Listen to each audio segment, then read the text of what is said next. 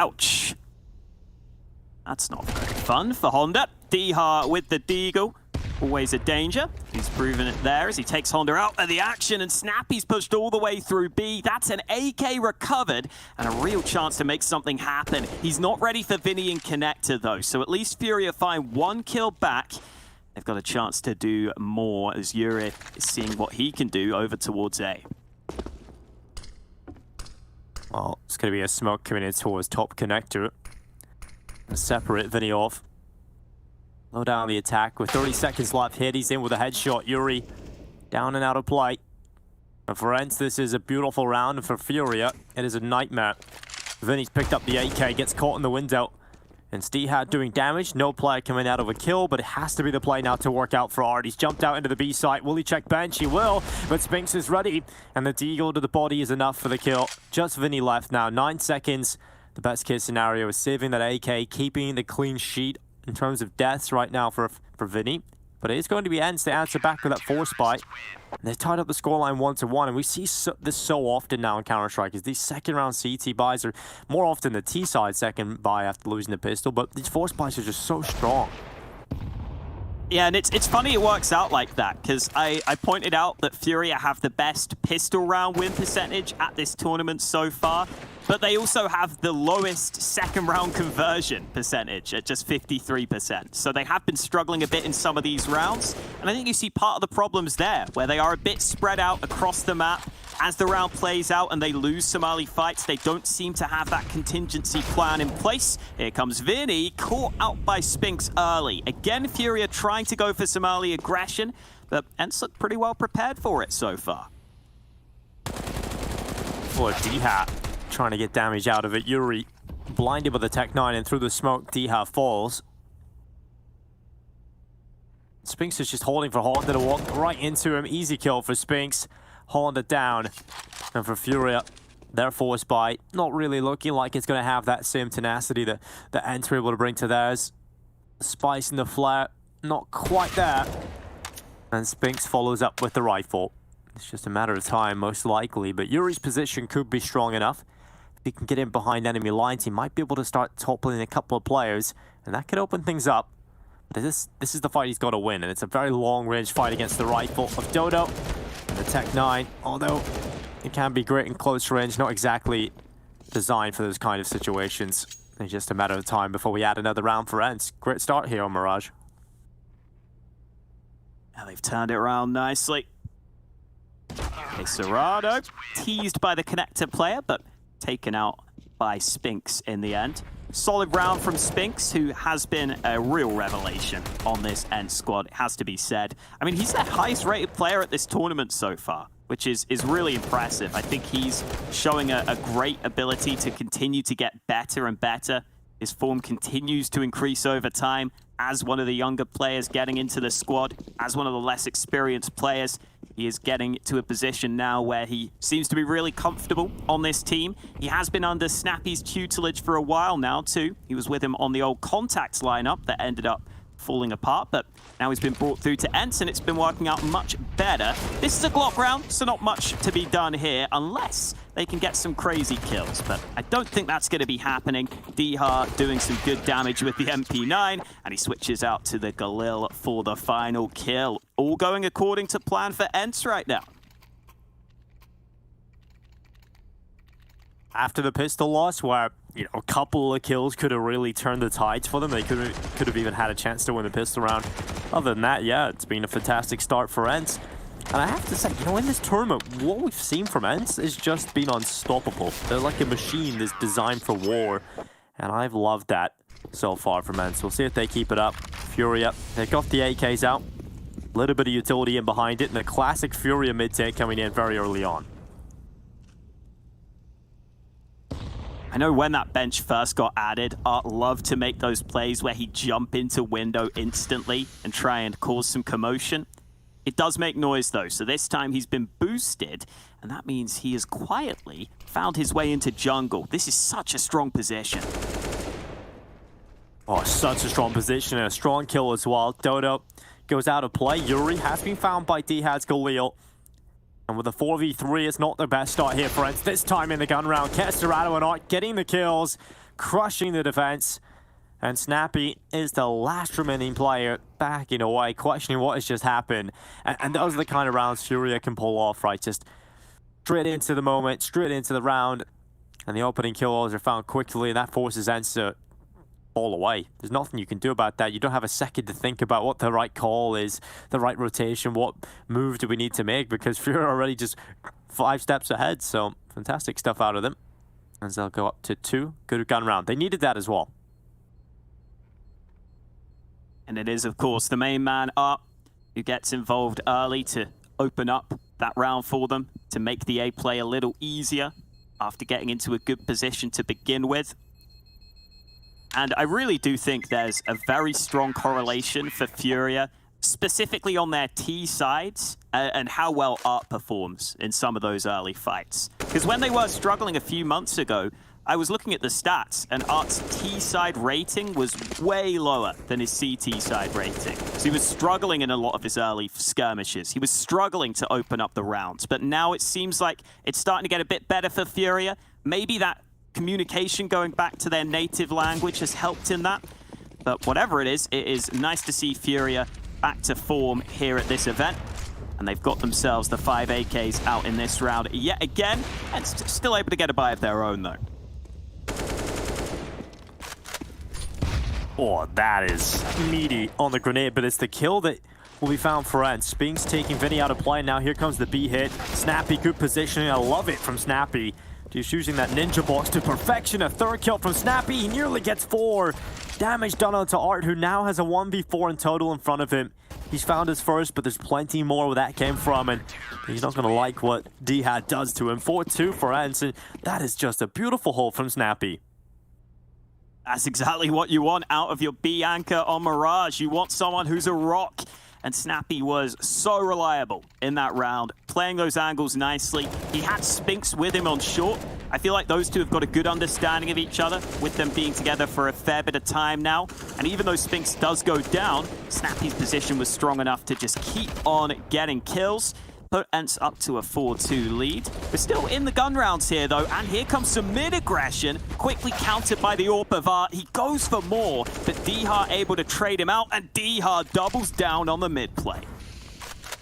There's beautiful stuff coming in again. D-Hat is just that player that we talk about a lot, Hawker. We have had the pleasure of watching him for quite a long time. For a lot of viewers, they might be seeing him for the first time around this tournament, or they know him from a couple of other tournaments he's played with ENCE. But, you know, he used to play for the Sprout team. I think it was the, what was the team with Taz called? Aristocracy? I believe, yeah, that was the one as well, right? So he's definitely been coming up to this level for quite some time. We've got to see him throughout his career.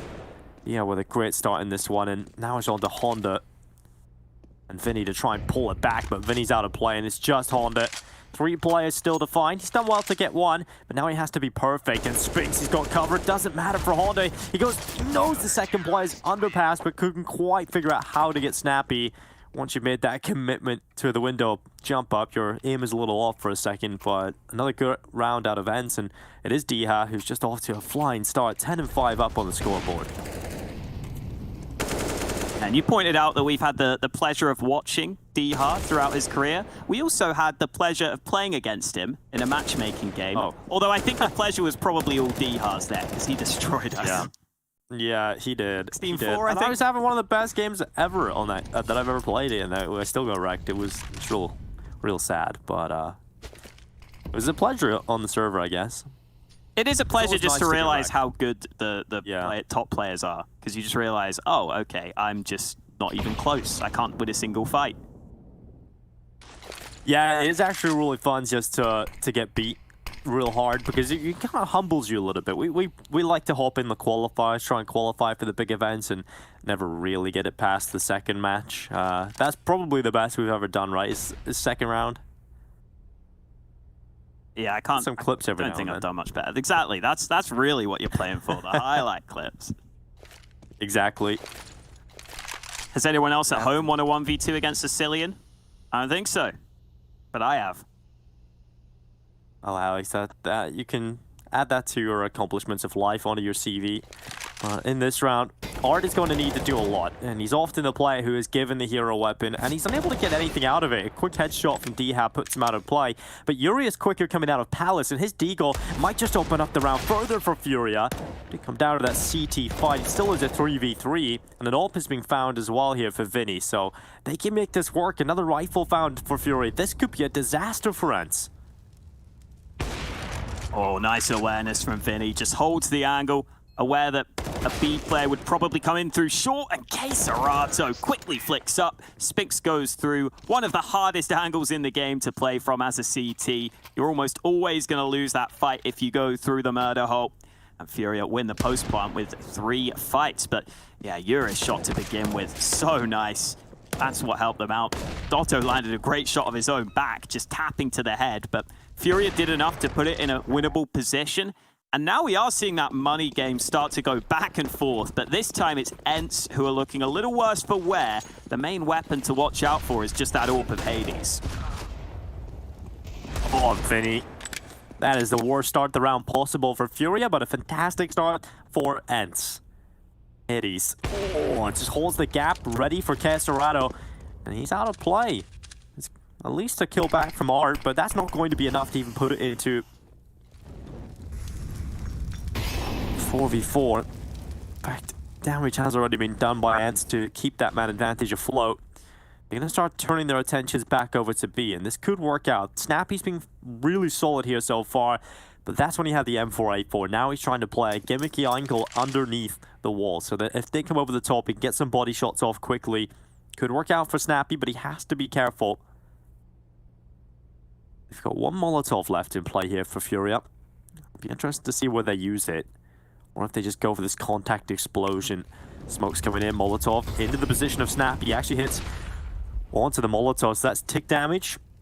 An audio cue to FURIA, who are aware of his whereabouts. Snappy at least gets 1, but it's on to Spinks now to really step up, especially with that missed shot from Hades, and he falls, so now it is just on Spinks, the defender of the B site. He's done damage, he's got a kill, and he gets another one. He closes it out on his own. Just one deagle in towards short, and he finds both players.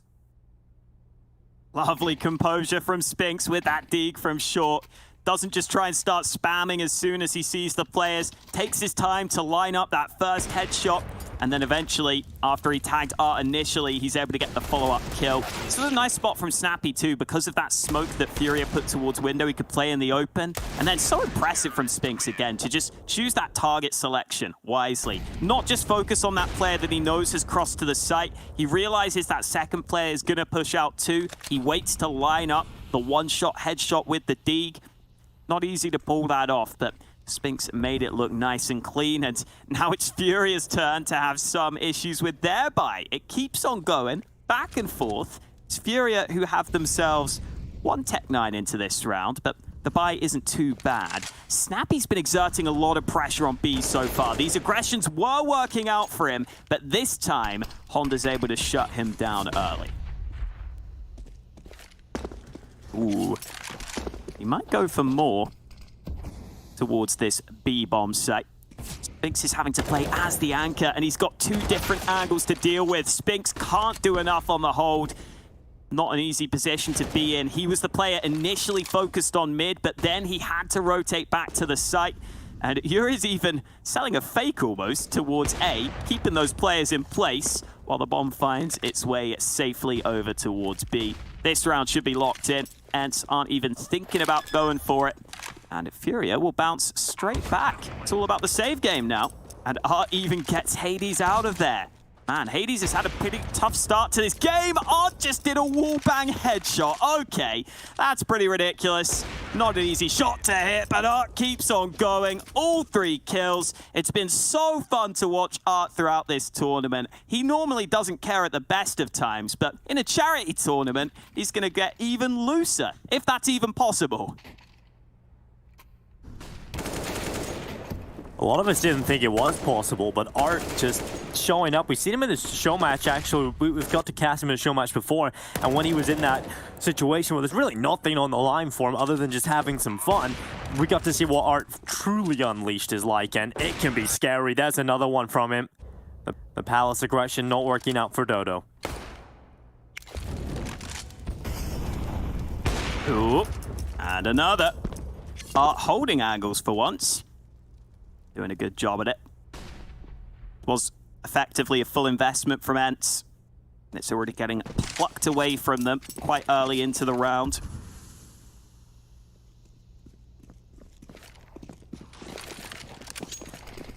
FURIA just going to group up now. Smoke to window. Make sure you don't get caught from that angle. And make sure you just get these trades, which aren't as easy as they initially seem. No, that's incredible from Spinks. Obviously, getting the headshot is huge. Lost the insta-kill quickly on the double, and now let's put them in a chance, but Snappy needed to hit those shots. They're free. They're served up to him, but luckily, his teammates are able to get the kills, and somehow Snappy's still alive, so he comes into play from the apartments later on. And Art, who started the round with 3 kills, needs to close it with an ace. He had a fantastic round in the previous, but this has to be nuclear. He looks for another pick, spotted this side of Snappy, but not enough shown to get the kill. And now Art's starting to find his opportunity. There's another kill. Can he figure out where the last remaining player is? Not quick enough. Diha with the headshot. It's a lovely round from Art, but it's not enough. The rest of the team let him down, and it's ENCE up on the board again. Felt like so many ENCE players had to overperform to make that happen. After Art gets these 2 kills, safe in the palace initially, Spinks does such a good job at lining up the 2 kills from his position. Diha had to go through the flames to get that kill onto that player. Just really well worked by that scout to get onto the site and do so much. This has been a really open game, a really fun game so far. Art's still looking for fights, but this time he's been counted. Oh, Spinks, nice kill on a Caserato. Now the rest of the attack coming out. Diha swings wide, and it's just a shutdown. That's a clean round from ENCE. They've already won the half by a minimum of 1, and FURIA, they're often such a feared team here on Mirage, and they've gone into this with their pick, but their T side, it doesn't really seem to be that inspiring. ENCE are definitely in control right now, and they haven't slowed down. There's absolutely no sign of them slowing down from the first couple of matches in this tournament, so I'm loving this. The consistency from ENCE is something to be marveled at. I'm also impressed with how they're playing this well on Mirage without Hades doing too much with that AWP so far. You know, sometimes you would expect the AWP to be able to hold angles and stop some of these fast FURIA plays, but he hasn't been able to do that too often. Up until this point, it's been his teammates, and Hades has been one of the 2 standouts for ENCE so far in this tournament. So great to see some of the other players showing us what they can do. And now FURIA decide it's time to slow things down, but mainly probably just because their buy is so bad in this round. And waiting to see if Art can get something going with that scout. And as always, Dinko, Art is the one man who has the best gun on FURIA. Why am I not surprised? Yeah, I mean, if you're going to give it to someone, and it is an unorthodox weapon, maybe something that is a little wild. Maybe if it's an AK, I often would like to see Yuri with it, but Art always gets the weapon. He always gets the gun. If he's the in-game leader, you know, look after yourself. Look after number 1 first. 25 seconds left. It is a bit of a slower round here from FURIA.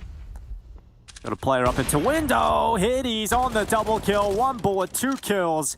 Caserato and Art taken down with 1 foul swoop. Yuri and Vinny, they will meet them in the afterlife. Hades with a beautiful round of 4K from up on top of the ticket box. No one's getting any tickets today. Well, I guess one of the nice things about Art just spending all his money in the last round is he's the kind of player that is pretty happy to take an SMG for the fast play. Lovely lineup for Hades, though, on those first 2. I think that'll be a nice confidence builder for him, especially that second shot onto the player coming out from Palace. That is not an easy shot to hit as you flick back to the right-hand side. You've got to be very quick, otherwise you're in trouble with you being so exposed. You can't just tuck into cover. You have to just fight to the death. Hades did just that. So nice round from the CT AWPer. Hopefully we get to see more of that as this game goes on. Let's see what FURIA can conjure up in this round, though. With that 1 max head in the hands of Art and a full buy on the rest of their players, their fast plays haven't been paying off for them, and they haven't shown much else, unfortunately, up until this point. Hades up into Palace, an easy opening kill for him. He had a brilliant round in the previous, and obviously gets in towards Palace there. The confidence leaking out of him. And Spinks just in towards window. He's ready for this kind of boost. If you're playing against Furia, you can often get away with that. You can often just hide around the window smoke. You're going to find opportunities. And that's enough to give that man advantage over towards ENCE. The aggressive play from Hades into Palace, but now comes aggression from Honda. And that's not the play you want to go down. He's the player with the bomb. And luckily, Honda gets around the corner before going down. And Dodo, if he starts to walk over here, you'll have to deal with two players, but Diaz also in the underpass, so he can help in tandem. It can sandwich the players in, and Dodo spots the head, knows there's two players down there, takes both of them easily. Brilliant round from Dodo, just gets in behind him, and the trigger discipline alongside the information is enough to get the round win. I'm loving the amount of times ENCE are going for aggression in this half. I think they've never overdone it. They've been quite measured with their aggressive plays, but generally there is one player just taking at least some info and some ground in the majority of these rounds. I think Snappy's had 3 rounds where he's pushed B. We've had a couple of rounds where they've had players push into Palace. That's the first time we see the proper push through A ramp. It's never been too much. It's never been too aggressive, but it's been just enough to always have that info. It's been really well done by ENCE so far. It's a hard game to manage that, and now we've got the B play. Snappy needs to be careful, but he's got Spinks to help him. He does, and if there's a player you wouldn't mind helping you, it would be Spinks. He's another one I've just been so impressed by in this ENCE team. They've struck gold, right? Because for so often it was quite the opposite feeling you got when watching ENCE. It was this bitter disappointment over and over again. Just some of the players who had all this potential and you were just not excited about ENCE at all anymore. And now it's this young, exciting team that didn't really make sense on paper, but seems to be working perfectly, and I think it's great for Snappy. How long have we been waiting for Snappy to get a team that he can mold and work with and get results out of? Because everybody talks about Snappy. You hear players think very fondly of him. We know teams have tried time and time again to get him into rosters. It just hasn't really quite clicked for Snappy in CSGO just yet, but maybe this could be the team that gets him something. And the thing I think I like most about these ENCE moves is I feel like they've gone for the young, talented players that also have got a really good mindset. I feel like that's the difference for me, is that all these players seem really hungry from what I've seen, and they are willing to work really hard and train hard to be one of the best teams, and that's what they're doing right now. They're proving it against FURIA. It should be an 11-4 half on FURIA's map pick. I was talking with you before the game, Dinko, and I was saying the 2-0 could be a possibility here if this is how the maps go, but this is kind of blown me out of the water still with an 11-4 half. I didn't expect this on Mirage, I'll be real. I thought this is going to be a much closer game here on Mirage to start things off, and then I thought throughout the series, especially on ENCE, and that's when we should see ENCE start to warm into it, maybe get a bit more comfortable. But with this start on Mirage, this isn't even competitive from FURIA on their map pick, and I'm sure a lot of Brazilians at home are getting a little frustrated and maybe a little bit upset about this one. It is a charity tournament after all, so don't take it too seriously. But yeah, FURIA definitely off to a very quiet start, and you've got to be happy for ENCE. You've got to be real happy for them showing up this early, continuing their strength. But we'll see how they play in the pistol. They're grouping up into the B site. Looks like Snappy's about to get that market smoke out just for the window. And Vinny, he brought Incendiary into this round, so he's going to toss that up into the apartments, trying to burn down and soften up the opponents that come swinging into the B site. Dodo opens things up for ENCE. Now FURIA will feel suffocated in this round. They've lost their B player, they've lost their short player, and they have no real good options to get back into this bomb site. ENCE don't even need to give away these long-range fights. Hades, you can see, playing it pretty smart. Jiggle peeks for info, doesn't peek out too far. He knows the only way they can lose this is by giving away unnecessary fights, and ENCE will stay nice and composed, nice and controlled on the bomb site itself, and that's all they need to do to get the pistol round guaranteed. And you've got to remember, Dinko, FURIA did actually win that first half pistol, yet they're about to go 12-4 down. I mean, I know they got instantly forced back, but still. Yeah, stop adding insult to injury, Alex. Stop adding fuel to the fire. It's already depressing enough. But yeah, that is pretty upsetting for FURIA right now. And so often the T side is exciting to watch. It inspires us with hope, and we love to watch the innovation. But ENCE, you cannot deny that they have showed up to this tournament to another level. And for ENCE, this is not just a charity tournament, but it's one of the best opportunities they've had to show what they can do against the top teams, right? They haven't really had all that much time together, especially playing in officials or in some of these big tournaments. You won't see ENCE there all the time. So I'm loving that they're taking this opportunity to show us what they're capable of. And so far, I've been loving it. Yeah, ENCE's last chance at a proper top tournament was all the way back at Pro League, which was a few months ago now. And obviously they had that heartbreaking loss against Virtus Pro, which was an unreal comeback on Dust 2. So I think they want revenge for that. They've come into this tournament really just going for it fully. And the teams they beat so far, 2-0 Mouse Sports, 2-1 against NiP. Now they're looking like they could beat FURIA. Yeah, it's a charity tournament, but these are still great wins. You know, huge wins to your confidence, especially slotting a new player like Hitty's in. But Yuri taking down 2 and towards short. It's Snappy and Dodo taking out a play quickly. And Furia, this is the round they can win. This is the kind of rounds these guys can pull off. The FAMASs, the Deagles, and, well, D-Hat. And let's see if he can pull them out of a hole. He's got his first kill on Vinny. He's definitely expected another player close around, but couldn't spot Honda. Very well played from Honda, but D-Hat tries to go for the ace. He couldn't quite find the opportunity onto Caserato, but he was taking down everybody up until the final obstacle. Finally getting to see something from some of these other Furia players, though. Oh, Art got that spam through the smoke initially. I didn't even catch that. And then Yuri's 2 kills from short were very important. He's been quiet so far, so nice work from him with the FAMAS to put Furia in that position. It still came close, as you pointed out. Diha wanted to do it all, but he wasn't able to do so. And now it's ENCE's turn to be on an awkward investment. Only the 1 AK in the hands of Dotto.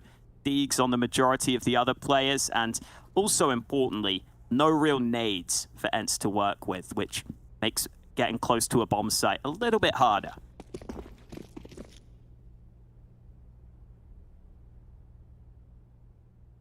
They just got to rely on winning these fights into the choke points if they want to get anywhere near those sites. And right now, Connector is susceptible to a timing play, as Yuri did drop back into CT and gets up on top of Ticket, but I think they've missed that timing window now. At least they actually have Dodo watching up towards top Ticket for that peak, but they're going to drop off. They're starting to drop back now and gather their forces, which it looks like is going to be a B play. Vinny is up here with an MP9. Hades can win that duel, but Vinny just uses the tight angle to get in behind cover quickly, and now Snappy comes up short. It's the play from ENCE to the B site. Vinny's got the first kill. The FAMAS looking to take down an opponent, chopping down their forces. Honda comes in as well, and now it's Spinks and Dodo. Can they get anything? Snappy and Spinks have been able to find kills on the Deagle. Nice one to close it out there for Spinks. A decent parting gift, but the round is given over to Furia. 6 rounds on the board for the CT side. And for ENCE, no bomb plant, which means no money in this one. Feels like Honda's good for at least 1 or 2 of those really nice multi-kills per game. That was one where one of the kills with the FAMAS was literally a 1-tap, which was very cool to see. Vinny was playing up in those apartments. Just about got that frag through before the smoke bloomed. And ENCE, as you said, down to not much in this one. So Furia finding some form. Caserato loves this spot up towards the top Palace position, and it could easily mow them down here. All about the timing. D-Hat, he's got the bomb. Now they jump out, now they dive, and all the waterfalls run right past Caserato. He goes to deny. I love how they commit to the bomb plant, just still trying to steal it away. But Caserato getting the 3K, getting the money as well there for Furia. Obviously, with that MP9, you get so much extra cash, and Caserato often sticks with the MP9 in these gun rounds, so he's going to hang on to that.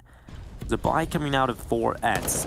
4 AK-47s, a Galil in the hands of D-Hat. It's not perfect, it's not the ideal buy, but it's got a lot of utility, it's got a lot of bite behind it.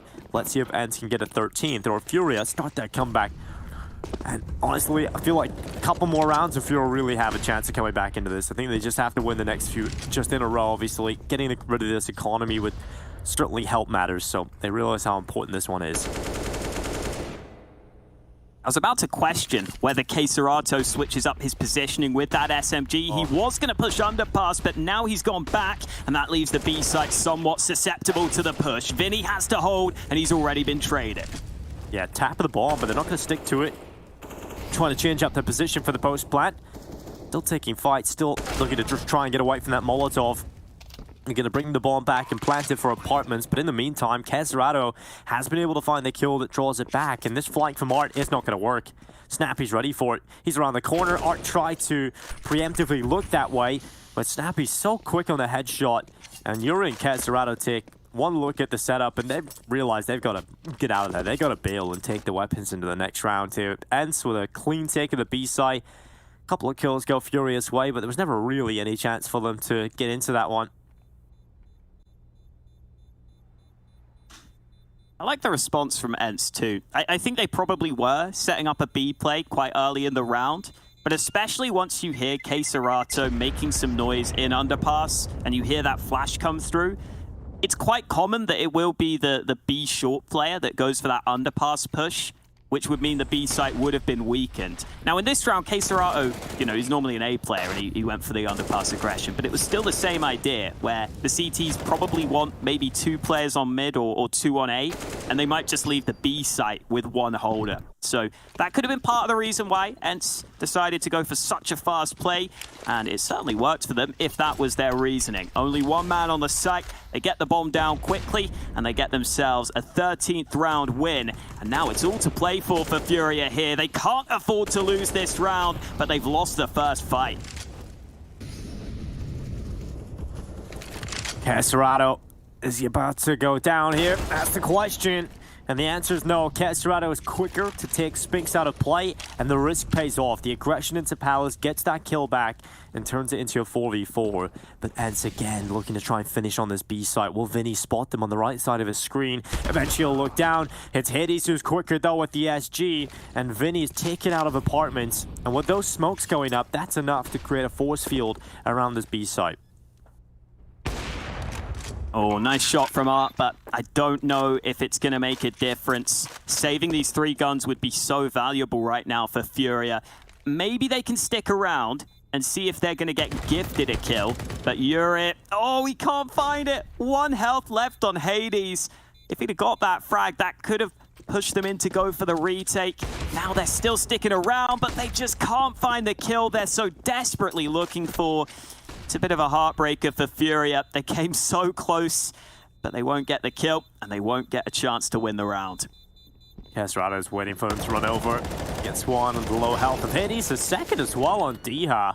It's not bad, and Dodo eventually gets rid of Queserato, so 1 of the guns gone.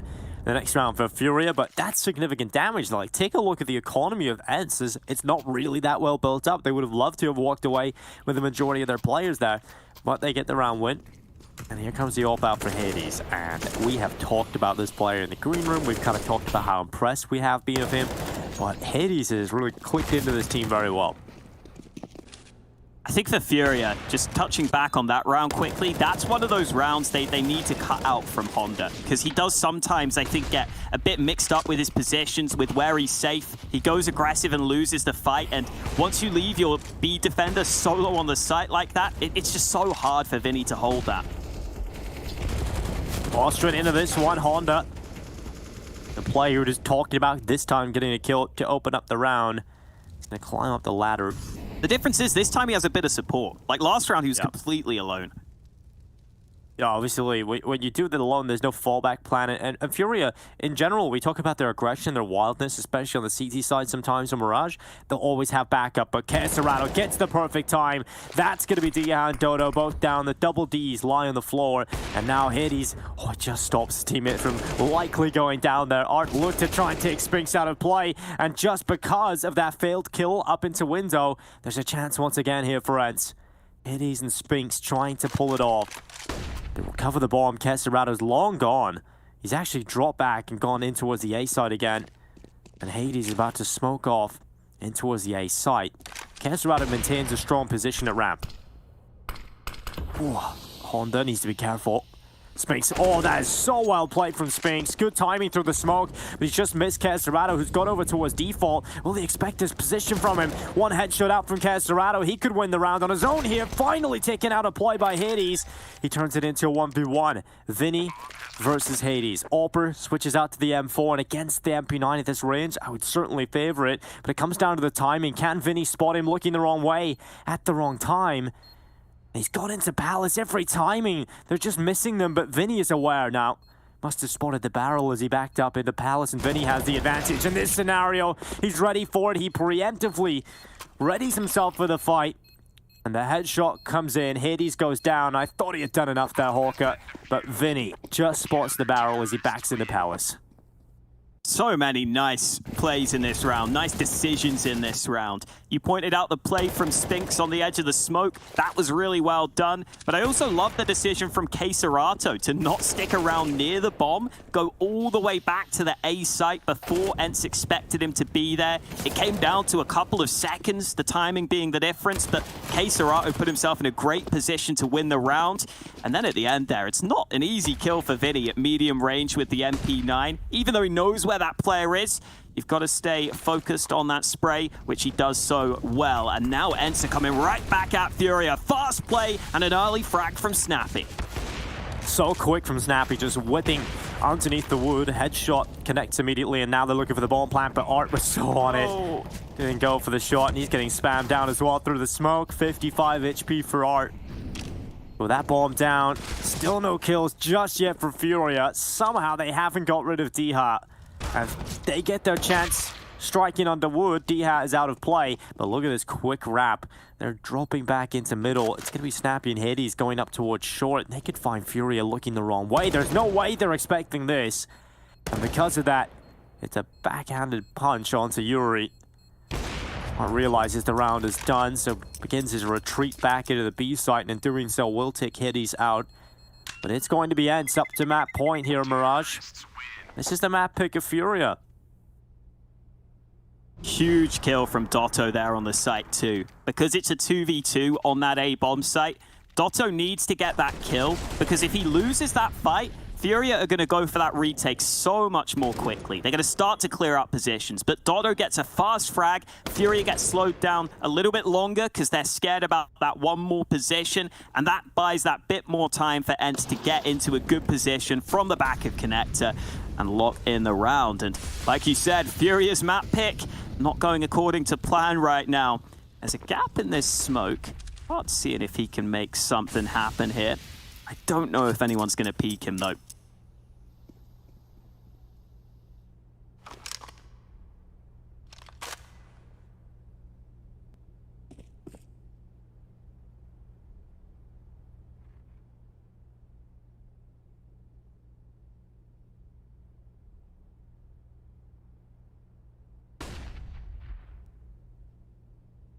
Oh, low one here. ENCE definitely do not want to give up an advantage. They want to close it out as quickly as possible.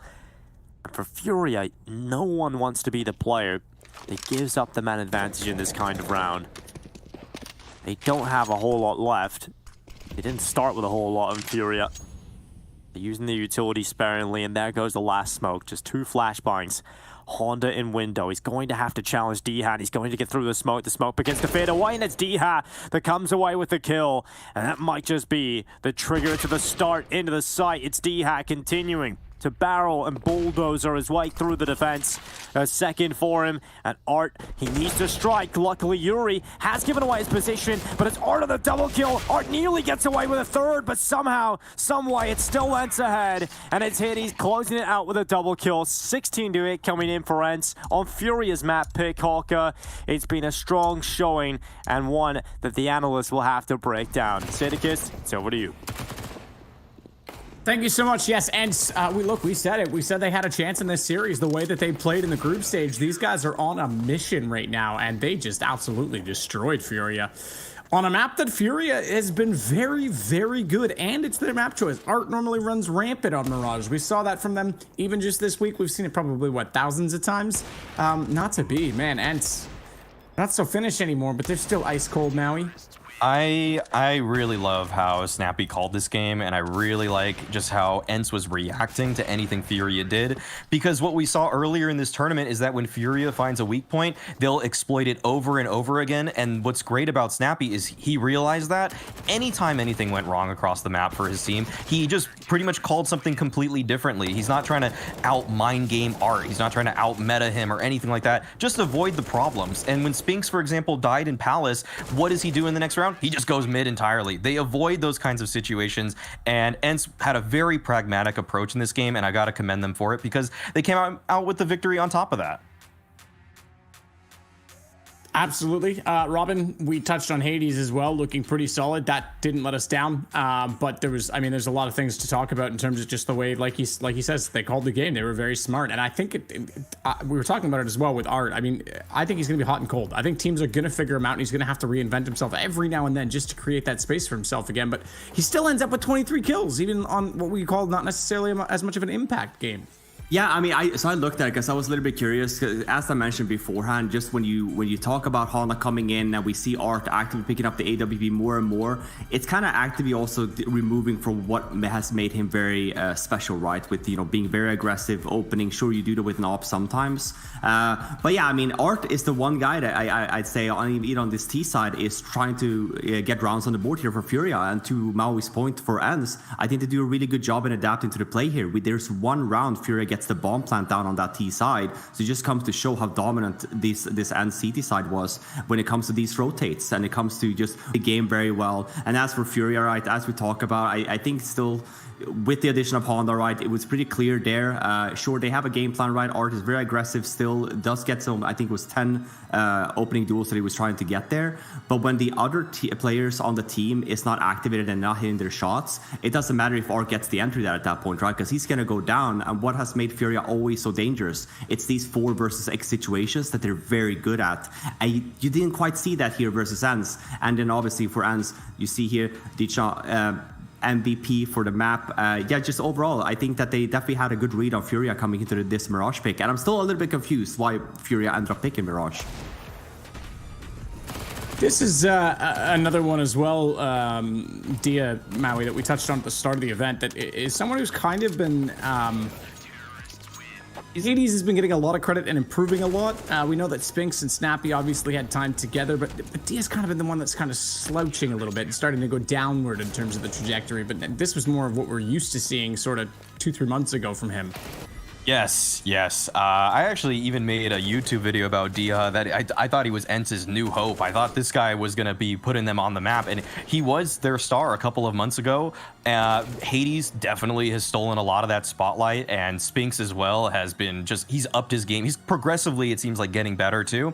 But it's nice to see a great D-Hop performance because he's so fast. When someone's on his screen, it just reminds me of kind of like Space Soldier Xantares, actually. Like, he is so quick at putting crosshair to head, and his headshot percentage was above 70% in that game, and he's using a variety of weapons, MP9, Deagle, mostly rifling, of course, though. And it's really, really sick to see that ENCE are such a complete team. We still haven't even talked about Dodo. He didn't have the greatest map here, but we've seen him come out on top of the scoreboard too. So all in all, ENCE right now, it really feels like there's just no real weak point. If you have to pick somebody, you might think it's Snappy, but he's the IGL, and he still rarely actually is just completely bot fragging. Like, he's not pulling out just eggs or in the server, and he's just not laying eggs or 007 or anything like that. He's still usually finding kind of like that 14 to 16 kill range, and so he's a constant contributor too.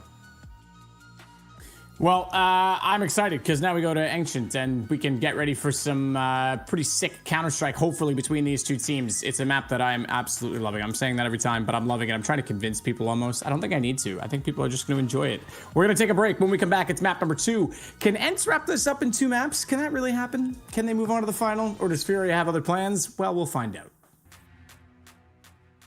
Has safe and effective COVID-19 vaccines, how can we make sure they reach the people that need them most? Today, there are many vaccines in development. Most will fail. For those that could succeed, governments are under pressure to secure supplies for their populations. If governments compete for vaccines, most countries could miss out. This is not only bad for countries that cannot secure their own supplies, it's bad for us all, as no one is safe until everyone is safe.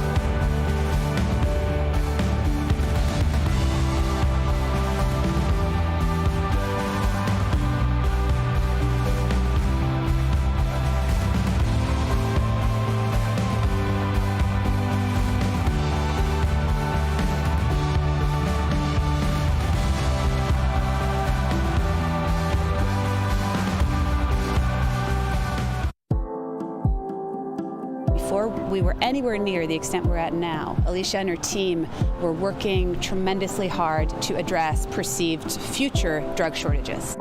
The idea with the ICU kit at the beginning was trying to think of a way that we could help these patients that are critical in ICU settings. In this case, it was kind of the next layer of protection for this response. In the kit, we have a few different types of medications, antibiotics for secondary bacterial infections, as well as blood pressure support, so vasopressors. Things like albuterol inhalers, we were learning were highly requested in hospitals. Medications that are used for intubation and sedation that help with that process.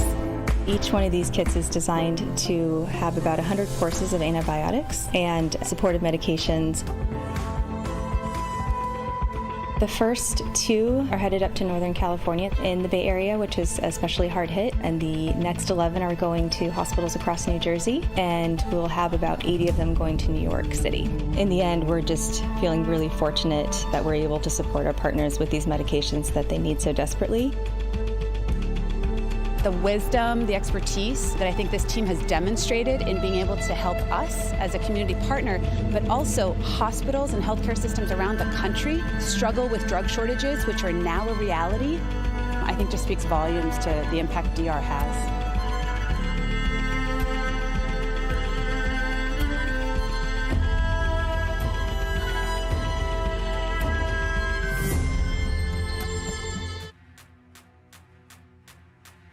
Well, we get back to action, Gamers Without Borders, and it's time to go to the jungle. So once again, I have my Pit Vipers on, and that means I'm also joined by the Snake of Maui, who apparently no one actually likes in Hawaii because they don't like snakes. You said it yourself, Maui. You set yourself up for failure. Hey, I got my people in Hawaii. I got my shooters out here, all right? It's just that people don't like real snakes. They like me, though. They like me. The locals love me, in fact. Oh, do they?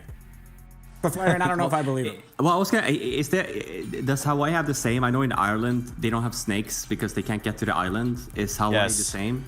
Yes, yeah, we talked about it yesterday. That's kind of the name Maui snake. That's where it comes from. The fact that there are no snakes on the island, but when there is one, it gets in the news.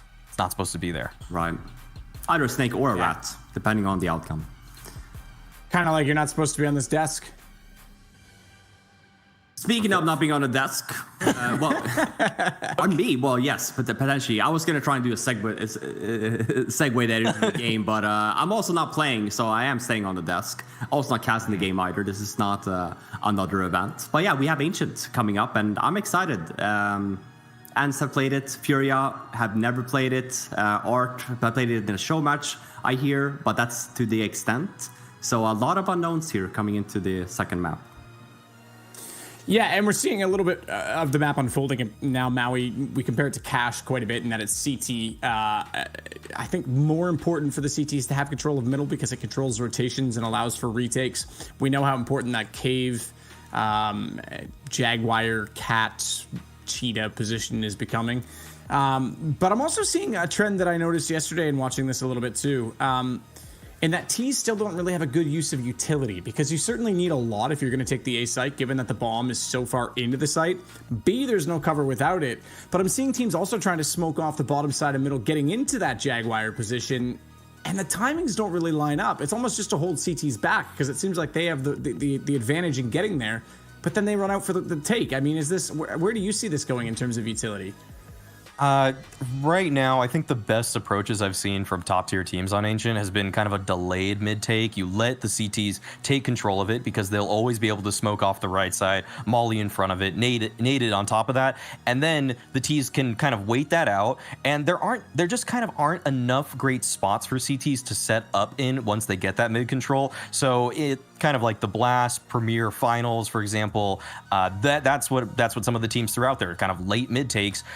But you can actually fight for that kind of B ramp early on. I think that's a fight that T's are willing to go for here and there, especially given the fact you have a box to boost on. There's some cubbies you can hide in. You can throw your own utility back at them. So we are seeing the meta of Ancient evolve, kind of like the B lane side, maybe fight for early on T side, mid, maybe a slightly later take. And for Flaren, obviously, you would have played a lot of Cash. How much action have you actually seen? Obviously, maybe this event you got to watch some of it, but what are your thoughts on it so far in terms of the approach? Well, I was going to say in terms of having a new map added to the map pool in general, if you do just go back into the other maps that we've gotten added, right? We do see teams learn tendencies really quick, right? So use Vertigo as the example, right? What was the first few months that we saw there? Only nothing but A pushes, right? And I think that because Ancient is kind of just brand new into the map, I think a lot of people, to your point about utility, but I think a lot of people are just using what they feel like is working. And that might just be hitting a bomb site over and over again, right? Or it might just be getting mid control early because we feel like it's been working. But it's fun to watch the new map because you gradually see the development and the new things teams are trying to do. Because at the end of the day, right, we see now, if you go back and watching Vertigo now, sure, A hits still happen, right? But it happens a little bit more delayed, right? They allow CTs to take it over. They use a little bit more utility, right? To Maui's point, I think we've seen a lot of fast Ancient games, and I think this map needs to be slowed down a little bit and just, play for picks and then just play a little bit more for utility, because I do think that the CT side here, there's a lot of utility being wasted early just solely because they're not comfortable with the map yet. And that's definitely something on the T side you can take advantage of. All you have to do is wait. I know that's difficult, right? I know you really wanted to drum forward, but all you have to do is wait.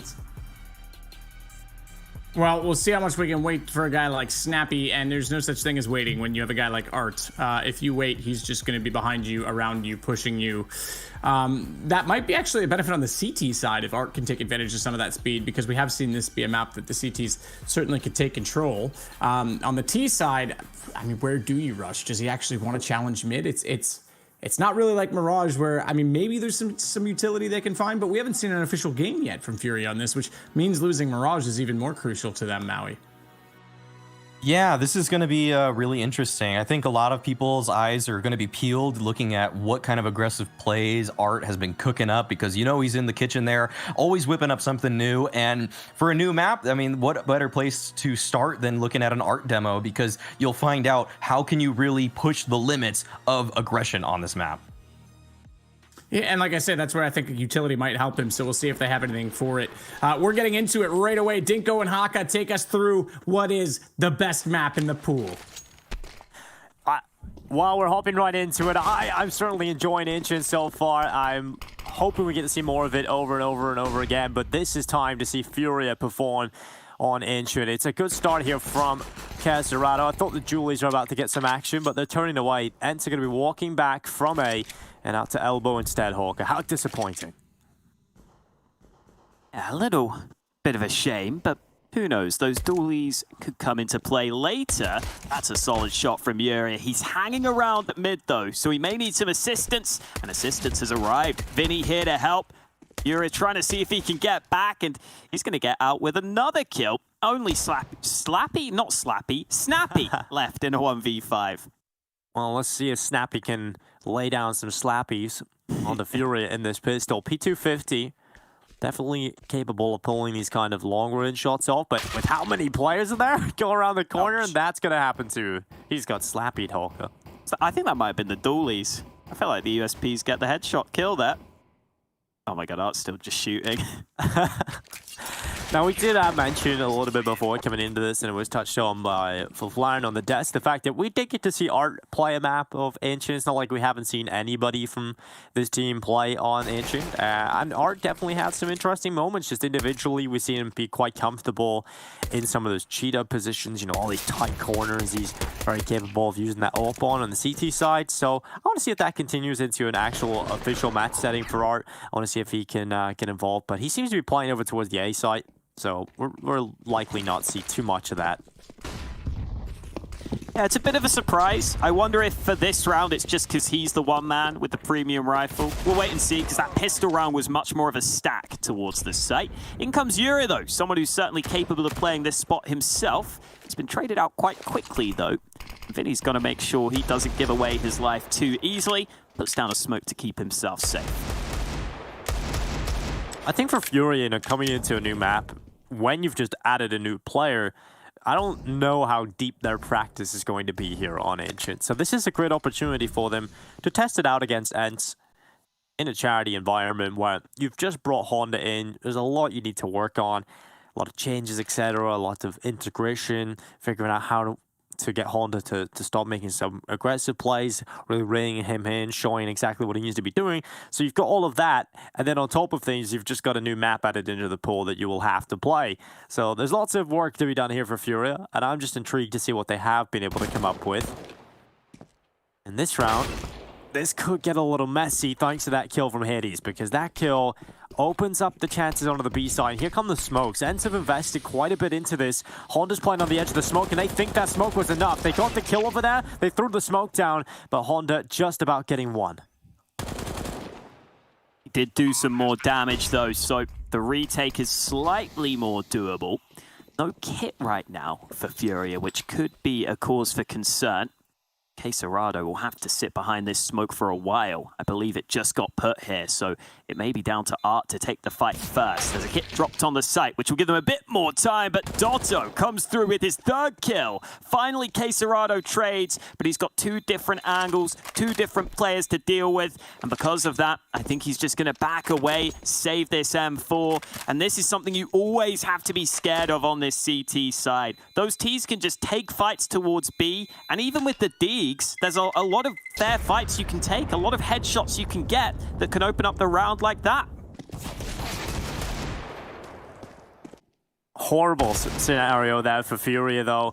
You always have this gut-wrenching feeling when one kill starts to come in on the Deagles and those 4 spies. You know it's about to be chaos. And I thought with Honda getting in front of that smoke, he was going to get away with murder there, because they had no idea. They had absolutely no idea there could be a player playing on the other side of that smoke. I think he definitely needs to get away with more than one.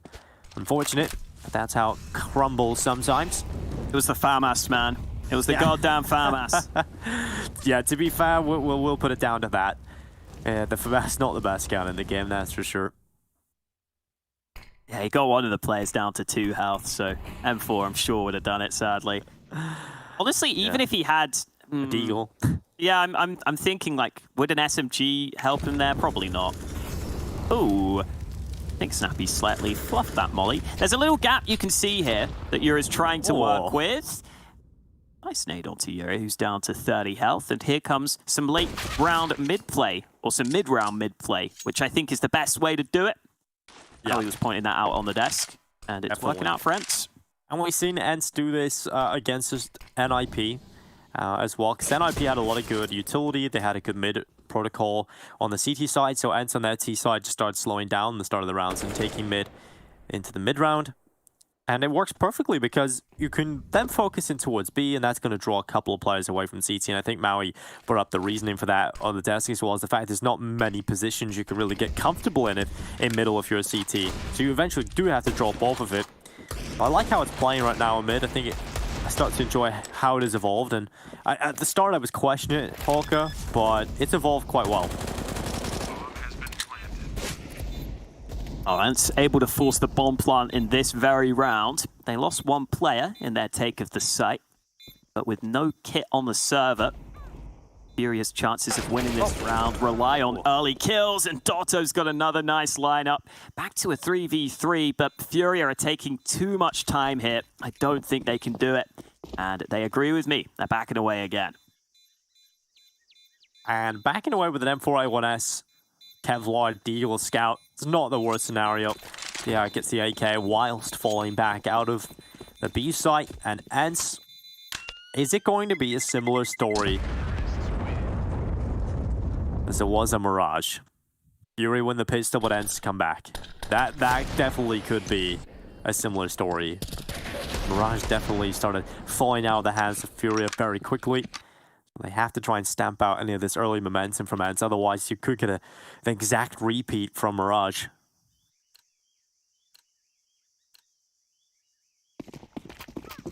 We'll be continuing to keep an eye on the setups from FURIA because Art has started to switch up his positioning. He's playing mid now, that he's got the scout in this round. Actually taking a bit of a gamble in this round on the FURIA side with 3 players stacked on A. Oh, here is the only player towards B, so he's got to be careful. And that nade, I thought was going to do more than that. Only 7 damage.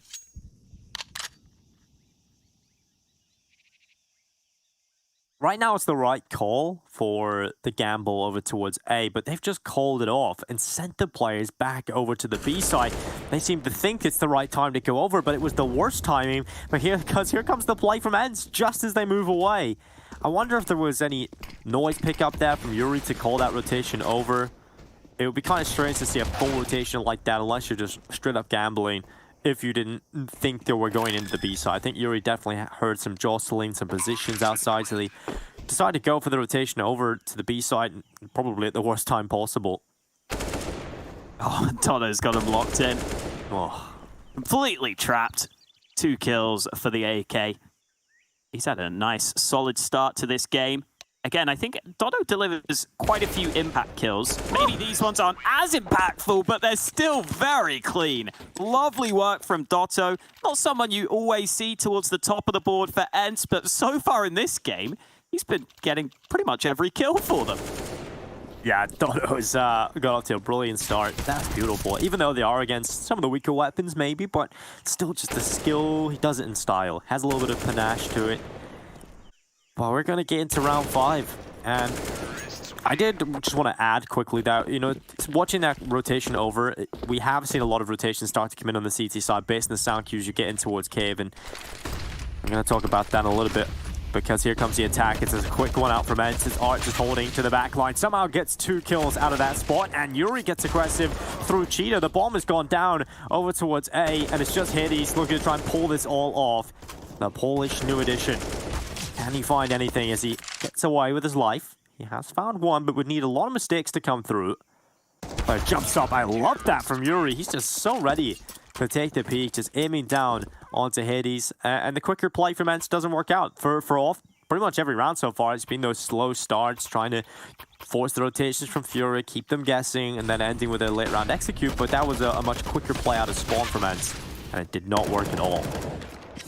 I think that's just a great micro play from Art there, actually, on the hold. So he drops down that smoke in front of him when he hears that there's going to be a rush. And then because he just drops the flash into the smoke, it's actually really hard to dodge that. I don't think ENCE would have seen that flash at all. So you see how many players get blind. That's a really cool way of Art just making it so that it's hard to dodge his flash, kind of masking it slightly. And that's, I think, what got him those 2 kills when you probably shouldn't generally get 2 kills from that spot. So I love that play from Art. I'm so interested in seeing if Art's going to push A a lot, because we know he likes to push. He's already starting to do it in this round. And it's going to be similar as to how Dust 2 plays out, where you take the tunnels, control CT, get a lot of info, and start those flanks quickly through spawn. So I'd love to see how often Art can get away with that kind of stuff. You can also beat the T's on the timing there as well. So definitely intrigued to see how Art evolves out the A site. At the start of this though, Yuri going down is definitely a big loss for FURIA. He's been great so far. So ENCE have a man advantage in the hands of ENCE on the T side, and now they're going to walk back up the ramp. Hades, I hope for an opportunity. In fact, no, just going to send Dodo, and I understand why. He's been incredible so far. Good headshot, but doesn't expect the cubby play. Vinny peeking out, getting a double kill. Now ready for the 3rd as well, but Art helps him out. Vinny realizes his magazine is empty, so switches out to the USP. And Hades now getting involved. All appears to reload, but he knows he can't cross safely. The confidence of Vinny to stick the reload due to having teammates in front of him, and a good peek from Art. Good timing to walk out close to the span through the smoke as well, but it's just a matter of time, surely. Before Snappy goes down, he would have to get the best opportunities, and 9 seconds left. Walks in to an ironclad crossfire, and it's a third round for FURIA. Teams have really got to start realizing that cubby position is just so strong. Yeah, or at least look towards it. ENCE weren't even aware of it almost in this round. You see, look, Dotto gets the first kill and then doesn't react to the possible player swinging from cubby. It's just such a strong spot to play from. It's so hard to fully clear it out. I'm hoping that ENCE figure that out as this half goes on, because otherwise I could see a lot of multi-kills coming in from that position. But for now, it's back to a 3-3 scoreline. FURIA have bounced back quite nicely. And yeah, again, I'm surprised to see Art playing A like this. I know he's going to be AWPing, and there are long-range angles you can take, but I really thought he would play over towards B, where you can just get down and dirty. I feel like that's just Art's paradise, right? You got all these little aggressive cubbies you can get into, be a real nuisance, get the timings on the ramp flanks through B. I definitely thought that was going to be Art's bomb site, but over on the A site, is where Art will stand. Yuri's taking damage, and here comes the A play for ENCE. Serrano over here with a rifle. Oh, he peeks out. Oh, he's kind of lucky to get away with one there. Looked like it was going to be an absolute nightmare for him. But getting one kill keeps FURIA in the lead in terms of player count. Dodo's on the other side of the map right now for ENCE, so Snappy has to hold down the fort alongside Spinks. And Dodo does get in towards CT spawn. Art is holding for some aggression, but he could go down to this flank from Dodo if he gets the timing right. That smoke's going to buy extra time for his flank to start to come through, and this might just be enough to get the round going here for ENCE. Be enough to shut it all down. Art spotted, that's him down behind. Spinks quickly eliminates Vinny, and that's lovely. I love the utility usage, perfectly timed, slows down the retake attempt of FURIA, and that's the only reason Dodo even has time to get in there, so beautiful round from ENCE. You know what I love about that lurk play from Dotto in that round? So we've all been talking about how hard it can be to get that bomb planted on A because it feels so open from those CT angles. If you actually lurk through B as a team, you can maybe use that to your advantage. If you can come in for the late round, for the post plant, and play from CT almost to watch that bomb that's planted so open, that could actually be a kind of cool way of trying to turn that advantage that should be a CT advantage into a T advantage. I don't think you can do that every round, but it's something that's nice to play with for sure. Yeah, something else you can't do every round, Hawker. Buy an over? Buy an over. Well, you can, I guess. Well, not the Pistons. Wait, you know what's something you shouldn't do every round? Buy an over. You know what you shouldn't do any round? Buy an over. But Art is through in towards A main. The cool thing about having a new map in the pool is we have so many opportunities for some theory crafting. Maybe it's time for the return of Anders' theory crafting. Maybe we can even do it with some skybox as well. Dude, there's got to be some like 4-man boosts, maybe like towards B or something on the Polly's pocket or something. There could be something there. The Polly's pocket. I love how that's a call. Rush was here, beloved it, Hawker. Snappy on the double. That's beautiful. Mac 10. It makes money. It looks cool. Sounds cool. It's a good gun. Very cost effective too. I wish you could just run around with just one hand though. That would be kind of like sideways tilted. But then people would ask to dual wield Mac 10s. That would be terrifying. Yeah, that would, especially in the hands of teams like FURIA, Fours. Like these teams are just nuts in these SMG rounds. All plant starts to come in. Binks looks back and finds Honda.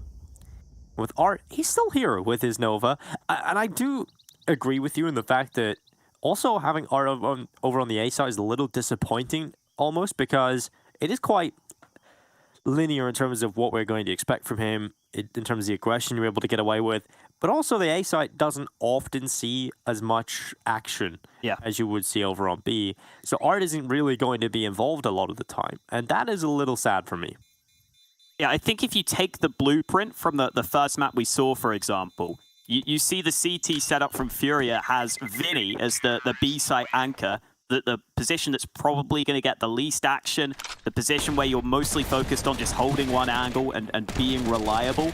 And that's how most teams are modeling Ancient right now towards A. They're seeing that as that anchor sort of site. So I really expected Vinny would be playing there because he is a pretty reliable player in those sorts of positions. And because we know what Art can do in some close quarters AWPing sometimes. I remember on Vertigo, I'll never forget the round where Art on CT side got run boosted down into B stairs with the AWP and just started fighting people before they could get to B stairs. It was ridiculous. Oh my god, and that's ridiculous from Honda. Yeah, that is definitely ridiculous. Art now trying to get a piece of the action, and that's what we're talking about. The Nova getting involved. Yuri with the headshot. How has this happened? How has ENCE let this happen? FURIA getting kills on USPs and Novas and finally closed out with a normal weapon, but it was over already. FURIA just push in middle and with USPs and one Nova walk away with the round win. ENCE just need to scratch that from existence, scratch that from memory. That's a disgusting round. Yeah, the hard thing for ENCE there is Honda's playing on the edge of that smoke, which a lot of CT teams like to use now to play aggressively on mid. But then you also have Art on the closer angle. So they're actually just kind of combining their shots. And you saw Honda got an assist from Art on that first kill. So I think it was just the one USP headshot needed. At that point, it just basically becomes like a deagle. And then he's able to double dink the second. Still really well played by Honda to get those kills. That's what opened it all up. And has put ENCE in this position where, out of nowhere, they could actually have some economy issues. It was feeling so good for them. It was feeling like they were making money. Don't tell me you can Zeus through that wall. Surely that's not an actual thing. Surely Vinny's just messing with me. Please, though. Shouldn't be able to, right? There's no way. There's no way. Yeah. I don't know. I haven't really tested. That's something I haven't really thought about is Zeus wallbangs. Art. Ooh. Gets a lot of damage taken, not really a lot given out, but I like that he's not on the A side now. I like that he's changing up, trying to get him in towards caves, but Dodo tries to walk up, and that is Vinny. All reliable. You talked about it in the last round, and that's what Vinny can do for you. Another one from Vinny, and they know the AWP's there, but they need to get rid of it, and Hades luckily has the quick double, but Yuri back into the cage, and that's going to be 2 kills. Hades and Snappy both down, and Diha is left in the 1 versus 3. 30 seconds left, and he has to find this quick pick. Honda creeps up on the left wall. 5-5. We've tied it up. And FURIA, they're given an opportunity in the USP round, but they stand tall in their second round in a row. I still like what ENCE were trying there. It all comes down to this fight, though, against Vinny, because ENCE put a lot of pressure into that cave position. They used the jump throw flash over the top as well, which I saw Maui Snake was pointing out Heroic using a lot, which can clear out that cave position quite nicely. So you put the pressure there, you bait the CTs into focusing on that, and then you can try and walk up B ramp and just take one of those fair fights, which are actually pretty good for the Ts in general. But this time, Vinny has an AK and gets the all-important kill. And I think that one kill really set them up well on the FURIA side there. So I like the idea from ENCE, but well played by FURIA to deny. And now we're finally going to get some action towards this A bomb site. And FURIA look very well prepared for this. They've actually got 3 CTs very close to this A site.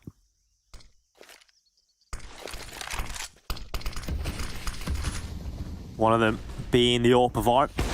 And it's going to get one straight away. Caserado trying to back him up, and Honda does well to find Dodo, who was a little bit of a nuisance to the defensive FURIA a couple of rounds prior in a similar scenario to this. FURIA have only lost 1 player, and the rest should be cleaning up the rest of the ENCE squad, and quickly that is done. 6-5, it's FURIA into the lead. I have to say, after not seeing FURIA on Ancient, this is actually not too bad. I'm enjoying what I'm seeing. Obviously, it's going to take a little bit of time to figure out what works in an official environment, what players are comfortable with, but as things are going, FURIA are adapting quite quickly, and really, I've been quite impressed. They've clearly got a couple of tricks up their sleeve and a couple of the stuff that I think other teams are using, which is nice. Look at this round from FURIA, though. They haven't even played anyone on that A site early. They've got so many players stacked on B. Part of the reason is because Quesarado can play in Donut and hear any steps that would be going towards A early, and that means B is so well defended, including that Orb of Art, who's starting to have a bit more of a free role now. That's what we want to see. When you watch Art as a spectator, you want to see him all over the shop. So great to see that coming back into play. And ever since they did that, it really does feel like Furia's CT side has just become much more potent. Hopefully that continues. Vinny, a kill from him. It's again, these stacks in towards caves are so difficult to break down, especially when you've only got pistols. And that's trying to walk up. Art even trying to duel them with the Deagles, giving them a chance. And while Hades loves it. Okay, 2 kills for Hades out of nowhere. I thought for sure Yuri was going to take him down, but Hades on a double kill has just turned it into a 1v2. And now he looks for Quesarado. He might be able to find it. This is disgusting from Hades so far. But can he close it out? The Mud Pie of 4K. He could get it. Out to his left side, Honda's creeped up the ramp, and Hades has the right idea. But he's questioning it now. He's not 100% sure. Because of that, Honda might just be able to get the timing on him. Comes down to whether or not Hades is looking the right way at the right time. And Honda realizes he has the biggest advantage. He's got the bomb. Crossover. Comes down to whether Hades will spot him around the pillar. He's nearly quick enough to react, but Honda saves the day for FURIA. Some of the most ridiculous Deagle shots coming out of Hades, but it's not enough in the end. My jaw genuinely dropped when he hit that third shot. It doesn't feel like an angle where a Deag should be able to get a headshot. First kill there. Second kill, okay. All well and good. This one. I've got to see it. Oh, here we go. Oh, it's such a tight angle, man. Normally you see Orbs holding that because it's just so hard to react quickly enough, but damn, Hades nearly making some magic happen. Not quite this time, though. Not meant to be, sadly. Oh god, Honda's pushing mid. Oh, okay, we'll get right back into this because Honda has walked right through elbow. He spots the bomb in the back of Hades, and now multiple players in front of him. He only gets one. Only 1 kill for Honda. That could have been much, much more, but here they go again, stepping up to the plate this time. Is it Lucky Winder number 2? It's going to be Quesarado trying to go forward, but Hades this time is not going to be caught in the backside. He looks for Quesarado, who does somehow get out of dodge, and the rest of his teammates are falling around him here, friends. It's Dono and Hades trying to pull the round back. They haven't really been left with many other options but to try and come into this A site. Some utility thrown out by Hades. I'll even flash into CT. And now creeping on the smoke, it's Art who's ready. But Art misses the shot, and that's going to give the chance to the SG to come rattling on in. The slow fire rate chugging away. And suddenly it is doable if he gets this quick kill, but he couldn't find it on Vinny. It is still a winnable round for Dodo, but very unlikely. It's extremely difficult to pull these kind of rounds off, especially with that missed timing. Yuri's about to get in behind him. Easy headshot from behind. And hit rounds from FURIA. And it's that mid-push. I just love these kind of plays in FURIA. You just see ENCE are trying to play their own game. They're trying to go early in towards A, set up some utility, play slow start. But you can't do that when there's a player right behind you. So stifling, isn't it? Those are the sorts of plays that teams would used to say in scrims, oh, why are these guys not playing seriously? We're not getting proper practice. They'll never play like this in the real game. Well, FURIA play like it in the real game, all right? And that's even with Honda probably underperforming when he could have got those 2 kills. They still make it look very easy.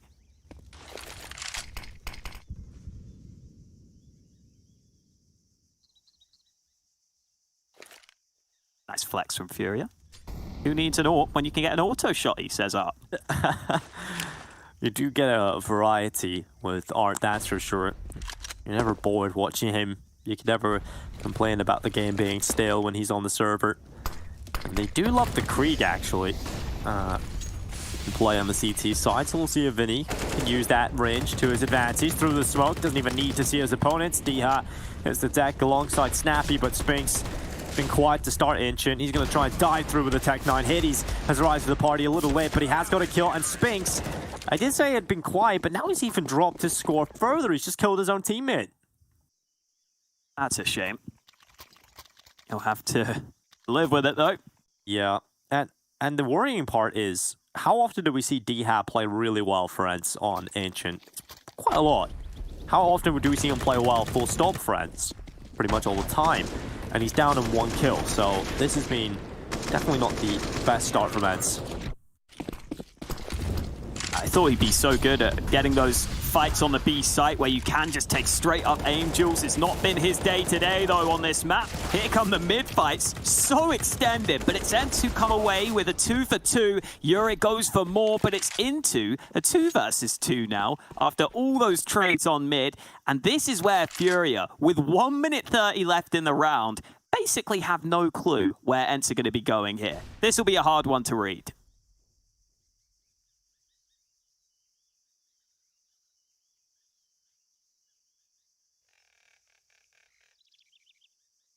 It's the quiet walk up into the B site, and Vinny has been impeccable on the hold here. We'll see if he can do it again. They're playing contact, and they can focus on Vinny's position. But will they be ready for him to emerge from around the corner again? He gets out, he gets one, he couldn't quite double up. So now for D-Hat. Quiet into the start of it, but this might just be the explosion that you need. He's got that trick kill on Vinny, and he looks for the clutch against Art.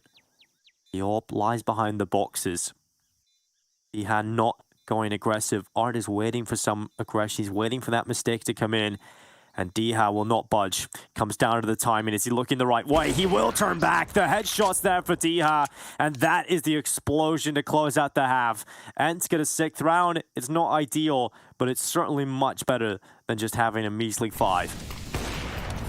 Nicely played by D-Har at the end there too. I think a lot of players would push all the way through to the backside of Square and try to clear it out entirely, but I don't think that's the best play there. I actually think the way that D-Har realizes he's in a really good spot to watch for the bomb and that he can just look between both sides. It's a smart decision by D-Har, pays off for him in the end, and now we've got a competitive game on our hands. 9-6 at the half, Snappy already having to fall back, and he's not going to be able to do so safely. Don't get away with anything free, and nothing picked up yet for ENCE. Every kill for FURIA has come through so far. It's Honda and Vinny working in tandem to secure the bomb. Plant onto the B site, and for ENCE, they've got to figure out this retake attempt, and it might not even get going. It might not even get anyone near the site, and they won't. It's just every kill for FURIA. Clean pistol win for the Brazilians. I'm loving this Ancient performance out of them. I don't think ENCE were maybe expecting such a resistance coming up into this one, but it's always difficult when you're going into a new map like this to really know what to expect when you're playing against teams, and especially FURIA, probably the most unpredictable team, top team in the world, shall we say. So it's quite hard to know what is going to come your way when you pick Ancient up against them. That's when you just have to be confident in your own abilities on the map. And I have to, what we've seen from ENCE, personally, you and I casting Hawker, it's not like they were the cleanest, most comfortable against NIP. NIP were just kind of, I don't want to say throwing, but they were throwing. So in terms of the force buy scenarios, I don't know, their economy was not looking that strong. So yeah, I don't know. This is, oh, Snappy.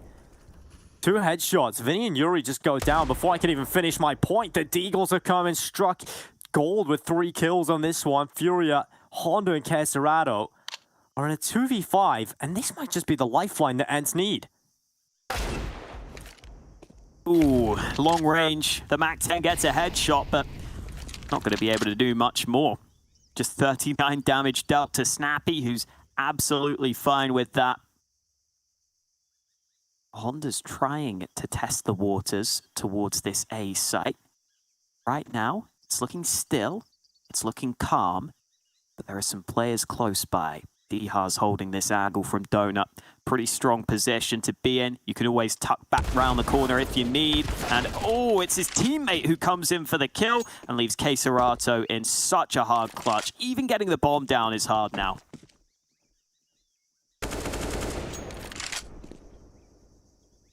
The bomb plan might just be the best case scenario as well. And here for Caserato, giving him chances. He just hasn't been able to get a single kill from them. And once the time begins to tick on, those chances begin to dwindle with it. And Dodo with the headshot secured. ENCE come back again. How many times have they done that? How many times have they lost the pistol but won the force bite? kind of getting ridiculous. They've done it twice now, Hawker. Here on Ancient. Such nice shots from Snappy too. Adjusting onto the second player, both with their back turned. Now we do have a game on our hands. It was that CT side for ENCE that was so potent for them against NIP. Although, as you pointed out, definitely wasn't NIP playing at their best. But here comes a potential B rush from FURIA. Oh, Snappy trying to run through and towards Cave. It's Vinny who's taking his own teammate out, but the B plays quick hit from FURIA. Dodo can't handle the pressure. And somehow, FURIA are back into this one with a swing as well. These pistols are so strong. These quicker plays, allowing opportunities to the weaker purchases. And luckily for Hades, he's been able to find that kill that draws it back into the 3v3, and FURIA have taken significant damage. A lot of them are low, and Yuri was the player with the most health, and he's out of play quickly. Kesterada's got an AK though, and you can't really put a stop to him that easily, but eventually they will get those kills, and ENCE will win the round. But for FURIA, they get 3 kills and a bomb plant out of it. Money's still not good enough. They would have liked the round win now. Not a bad round for them. You can see even with the Tech 9s and the pistols that these B plays can be quite deadly with the fast pace. A little slow on that smoke towards Square, and as the time ticked on down, once those smokes faded, ENCE had pretty good positions to come back into the site. Art has spent all of his dollars, every single one of his dollars, all 3,000 bucks on an SG without armor. Okay. Not gonna question it. Art just really makes the mind boggle, Alex, I think is the phrase I can use for him, because he is just different in every way. We love what makes Art unique. Molly out for the CT side. They maintain cheated control, and just also, in doing that, allows the CTs to feel a bit more comfortable in mid if they desire, but they're giving that up to FURIA. They're letting them have mid. They're being kind, giving them something. And Art making that SG work. The glass SG. Now, we don't often see that, but let's see if it's the new meta. Kesterada runs onto the bomb site. Hades had a good angle and repositions back. He's got his teammates to try and assist him, but he has to be careful of Kevin off, and he runs out somehow, some way, gets away with that kill, but Dodo more than makes up for his mistake and takes 2 players down with him to the grave, and now suddenly a 2v2. But for FURIA, this is a much better scenario to be in. ENCE should not have let this happen up until this point, and Art is still alive with that glass SG.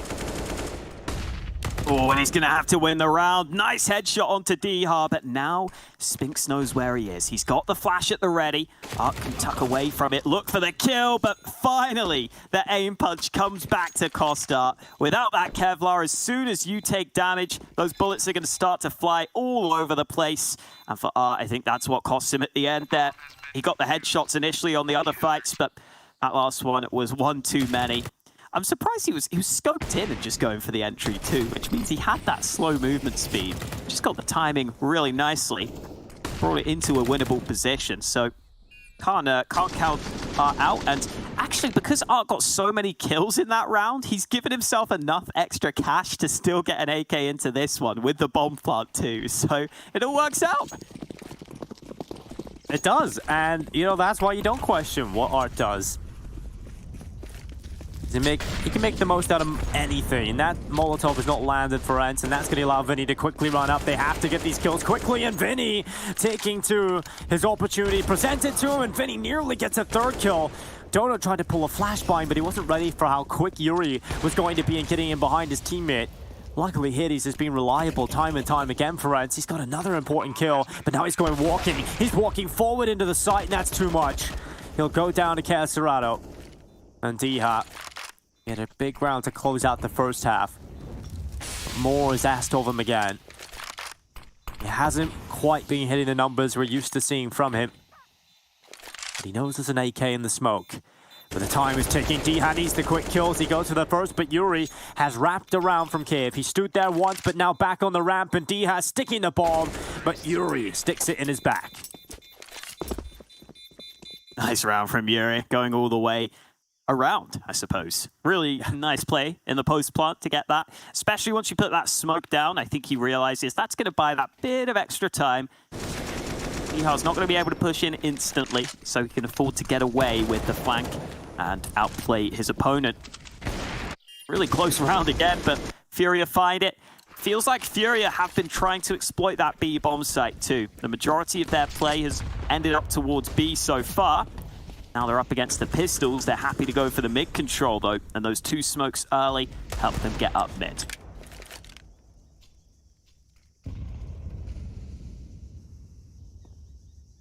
I still hate walking into this mid position with these 2 cubbies, but I guess at least FURIA have 2 players to watch for either side. I just hate all the cubbies. I hate walking into any of these corners, any of these tight choke points. You have to be so ready for anything. When you double stack, it's hard to break it down. Art finds the head of Hades, who has been really solid so far for ENCE. One of the best parts about their Ancient so far. But once again, Vinny gets the double in towards Cave, and he's very good there so far over the last couple of rounds. Under a minute in play. And the bomb has taken the B site. Eventually gets planted as well for Yuri's more advanced position. And Diha is coming over from CT spot, trying to get the angles, but the peak was always coming from Yuri and not even needed in the end.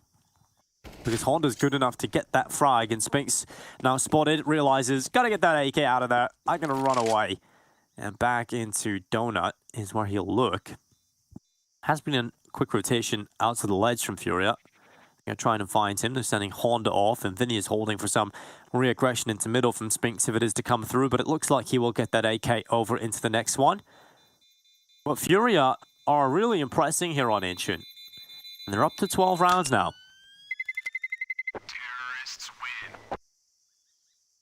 Good mid control early. Hades did miss that opportunity, which was a shame, but Spinks was able to get a kill towards mid. As you pointed out, couple of rounds now where Vinny's been able to get multi-kills into Cave that have made the difference for FURIA. That forces ENCE down to almost no investment. Diha's actually dropped a dig over to Hades. Oh no, Spinks dropped one, I guess that he saved. And then Diha's going to get one of his own, while Spinks has the saved AK to work with. And he's going to try to use it towards mid early, where FURIA have put a lot of their players.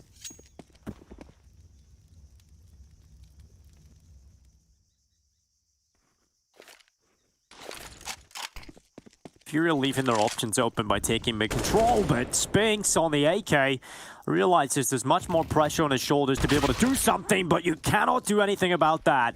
Art is so damn quick on the Krieg. Unfortunately, Art couldn't get away with another one. And Snappy on 2 with the AK. Bomb plant starts to come into the B site. If Hades can find a weapon, there could have been a chance there, but with Snappy going down, Hades' chances are much more limited.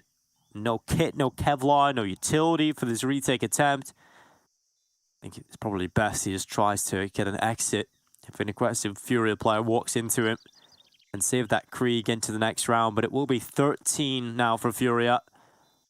Here in this semi-final, they want to head into the grand final, but before that, obviously they've got to get a map win here. Their map pick did not go well over on Mirage. That's why we're here on the second map of Ancient with ENCE.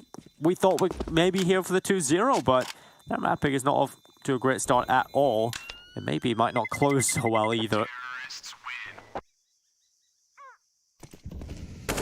Nice little note on this Spinks swing. I love that wide swing actually to the left side there. I think he's not exposed from the players who have gone out towards mid, and he can just swing out onto the players who are coming through from that sort of cheetah area towards mid. So that's a really cool angle to take from Spinks actually, to just focus that 1v1 fight, to turn it into a fair duel instead of fighting all the FURIA players at once. Didn't lead to anything though, and now ENCE have got to make sure they can pull off something in this round, otherwise they're in trouble. Early mid play comes through again, and FURIA have been finding their way through mid in these recent rounds. Normally you just get caught in that choke point and naded to death, but FURIA are finding the control that they're looking for.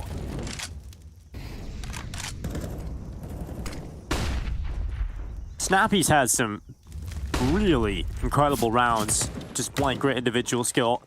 I would love to see another one out of him. A very important position on the CT side, playing in those caves. Hades trying to use the scope of this SG to get a good angle. There's a lot of presence here for FURIA, and I think they're all posted up. Oh, that was the big chance for Art, but Hades just takes his head off. Art getting a little taste of his own medicine. He was doing that to the defense in the last round. Now he feels the wrath of the headshot.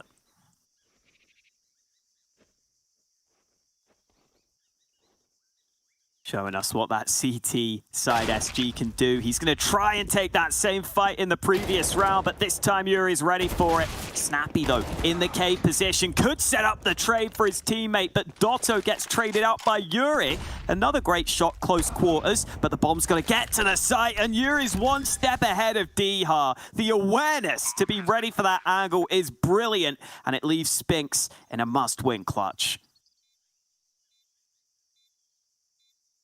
No kit for Spinks here.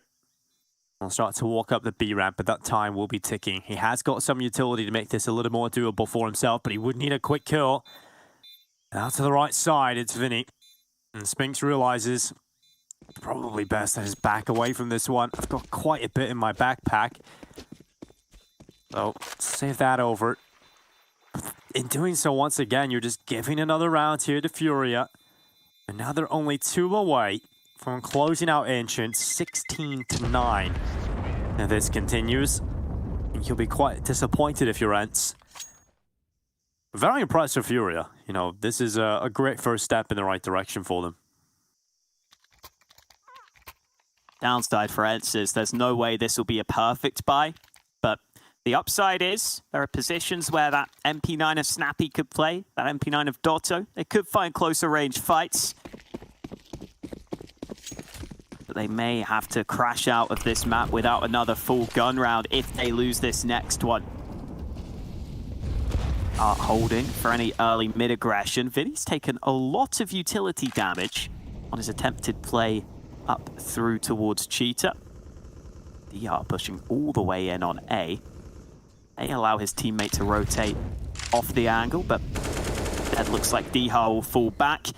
Both teams just feeling out each other across the map early. Oh, and now the duels start to come in. Cave has been a huge point of contention, and now A main as well.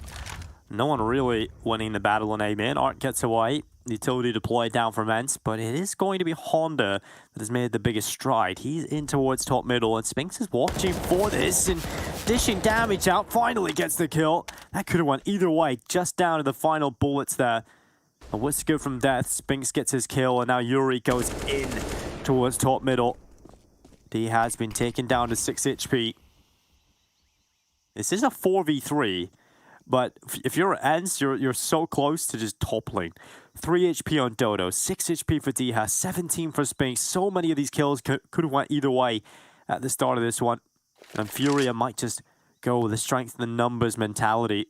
They're going to leave Yuri for those late lurks. He usually pulls these off most of the time. We'll see if this double push to the cave might work out for FURIA. Be Art leading the charge, but with limited time, they're going to smoke off the left side. Molly deep. Dodo will be the player that could end it all. The MP9, the first point of contest, but the flash is perfect. Yuri's flank working out as well. Just hold to those rotations. Bomb starts to come through, and Spinks cannot deny the plan. So close to it, but now it's going to be so difficult, especially as Spinks is dealt with on the site itself. Hades is not close enough to the action to win this one, and he knows it. He's already starting to slink away. A couple of really close moments in that round. I'm glad that FURIA had that flash, though. Specifically designed, it seemed, for the player in Cubby. Couldn't turn away from it in time. That's what got them that bomb plant so much more easily. They used their utility to make sure Spinks can't help his teammate either. And Hades doesn't even get a chance to use his AWP. He has to save, and he has to concede 15 over to FURIA. I don't think they just use their utility. I think they come one with their utility right there. That was unbelievable how every piece of utility just worked to perfection in the final few seconds. Great mid-round call from FURIA. You love to see that kind of round come in. As a Counter-Strike spectator. But as an ENCE fan, you hate it so much because that looked like an ENCE round all over. But here we go. Round 25 is FURIA. One away from sending us to the third. On utility down into mid. It's again a quick protocol for that mid control from ENCE. Diha holding off some of this early aggression from FURIA in towards A main. The bomb is currently lying outside of A main, but it's the fight in middle that's come out first, and it's Honda that's won it. 4 more for FURIA to take us to a third. Oh, ouch. Snappy's already got one back, though. Vinny finally bested towards the cave area. Lark smoke coming in from Keserato. That will deny the vision of Diha. And this rotation as well. Another player away from the B site and just leaving one there for ENCE. And now FURIA start to gather over here. This could be the worst timing for the rotation. They may rotate one back as that smoke fades that they have towards B. That might have been part of the reason why they were so willing to risk it, but I think Snappy may just stick around, actually. He's so scared of mid right now.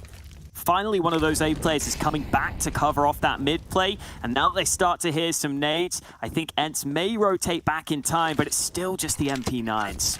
Yeah, ENCE definitely being helped out by the fact there's so many corners you have to clear out for FURIA. So all that utility telegraphing their play into the B site, so at least get the player back over here. But like you say, it has to be a huge hold from just these measly SMGs. Dodo's playing on the edge of the smoke, waiting for it to fade away. He's going to get aggressive, the flash ineffective, but the second one is fantastic, and they're now being pushed on 2 fronts, and Honda gets in behind. Dodo was distracted and didn't get a single kill. FURIA leave it down to the final seconds again, but will they get the plant? That's the question. Snappy so close, but no cigar for him.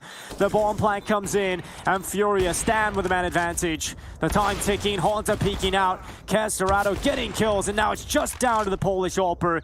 He's looking to save the day, but he can't do it. Keserato with the headshot. 16-9 win for FURIA. Not a bad start here on Ancient. I'd love to hear the analysts break this one down, and that's exactly what we're going to get to hear. Well, that's exactly what we're going to attempt to do. Thank you so much, Dinko and Haka. Yes, we are, going to try. I mean, this was what we thought was going to be ENCE's map. They played it so well in the group stage. Sure, NIP, they kind of goofed around a little bit on this map against them, but then and they also had our Lord and Savior Rolf playing. But then they also beat Mount Sports on the map, who have played it 3 times up to that point in officials. And FURIA has never played it, yet they looked the better team, and it seemed to just be a lot of mismatched duels. There wasn't a ton of tactical prowess coming out from ENCE's T side. We saw them hit the A site, the B site over and over again, and expected a little bit more mobility around the map, guys. We didn't really get that, did we, Maui? I would have expected more as well. I felt like their T side was a little bit more comprehensive when they played against Mouse Sports earlier in this tournament. But yeah, I would say that Snappy's offense didn't really keep the defense of FURIA too honest. They were able to play a lot closer to the bomb sites. They barely fought for mid, and when they did fight for mid, it came to the 15th round. That's when they finally decided to send some manpower over there, and they won that round, by the way, but it was just too little too late. And then when we switch over to the CT side, Snappy and Dodo, they just couldn't find that connection towards Jaguar/Cave. I mean, that area was just getting completely manhandled by Art, by Vinny. Anybody from FURIA that wanted to take over that space, they had it, because Dodo and Snappy, they just maybe didn't have their procedures outlined there in terms of that defense. And FURIA, a surprise look, because we didn't know what we were getting out of them, but that was actually a really, really nice T side from them. I'm impressed by FURIA. To you guys' point, right? I think it's always the unknown coming into maps that they have never played before. But to me, it felt like FURIA actually had a really solid game plan here on both these 2 sides. On their CT side, to your point, right, Maui, I actually think they did a really good job here, because they're forcing ENCE to essentially hit these B-bomb sites. And we see at the end there, FURIA has no players playing the B-bomb site. They have 2 in mid, they have 3A. Flipping over on FURIA's T side, we go back to, right, what are FURIA's tendencies on a lot of these maps, right? They find a spot that they like and they abuse it, right? Nuke inner, Vertigo A, here Ancient, right? We see them actively, we mentioned it, right? Snappy did not have a good time here in that Jaguar spot, right? But FURIA was actively abusing that to a point in which ENCE did not ever feel comfortable enough swapping over bomb sites, actively keeping one at B. They would not see FURIA doing that. So overall, for me, I think FURIA was by far the best team here coming in, playing Ancient. And sure, ENCE do have results from NIP and Mouse Sports, but if I were just base this off of this one game alone, I would say that ENCE looked a little bit lost. I feel like they did not find the answers that we saw them versus Mouse Sports in. Whereas for FURIA, actively gambling, actively making the right call, and actively fighting for sites and actively winning it. Fun game. And I think as well, Maui, what that kind of comes down to, we're going to look at the MVP for this one. By the way, Yuri was quite impressive in this game, and he was really not as present on Mirage, so that's a difference maker in itself. Keep in mind that Dia, who was excellent on Mirage for ENCE, was kind of absent in this one as well. I think he finished 8 kills thereabout, maybe got one more at the end. But it kind of goes to show where we have this small sample size and we think, oh, well, they beat so-and-so and so-and-so beat them, and therefore they're better than them. And we don't really know the map yet, right? We think Mouse Sports has played it 3 times. They must have some clue. ENCE just figured something out or did something totally by intuition without an established meta that worked. And then today they didn't figure out FURIA, who were just kind of playing it by feel more than likely. Or maybe 50's right. Maybe they have put some time in on it. So we're still really early to kind of make predictions on this map. Yeah, and I mean, we talked. Sorry. Go for it. I was just gonna say, I mean, it's always interesting with maps coming in, right? Because for all these teams, right, everyone makes a choice, right? When they say, okay, we're actually gonna go really into Ancient, we're gonna be really good on this map, we're gonna put a lot of focus on it. Some teams might say, we just want to be able to play it right, just so we don't have to have it an insta veto. And I think for FURIA here, like I said, I mean, if you look at the way that this map is kind of played, and we look at the way that FURIA likes to play, unless there's some drastic changes to this map, this could very well be one of those home maps for FURIA. We know they like to hit the same bomb sites as I mentioned, and they do find, a very unique way of playing certain maps, and we kind of saw it here. It doesn't matter if you know what they're doing, right? To Maui's point, there's crossfire setups every single round on the bomb site. They did an active job, good utility users as well, and take your time. It wasn't just run and gun here this time around.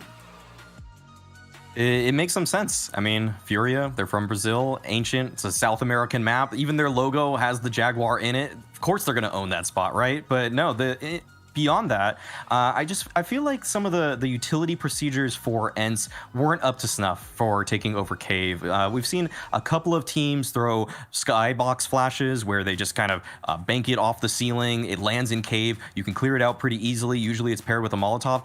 But they didn't. ENCE didn't really do that as much, and we saw in that highlight package for Yuri, he kind of had free reign over that whole position, because if they want to give him 50-50 duels, Yuri is probably one of, if not the most skilled player in terms of just pure rifle work in the server. He's so consistent when locking down positions, and it's one of the reasons that he's been in the HLTV top 20. And I think that if you want to just kind of man fight Yuri, he will gladly accept that. Well, I accept that we've got a third map, and that map is Vertigo. We're going back up to dizzying heights, but in order to calm ourselves down before we get there, we must take a break on Gamers Without Borders. So, with that said, we'll see you in a second. COVID-19 vaccines are already helping millions of us get back to normality.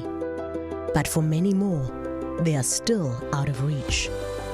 The vast majority of vaccines are going to wealthier countries, leaving the world's most vulnerable people behind. The COVAX initiative is working to right this wrong and ensure access to vaccines worldwide.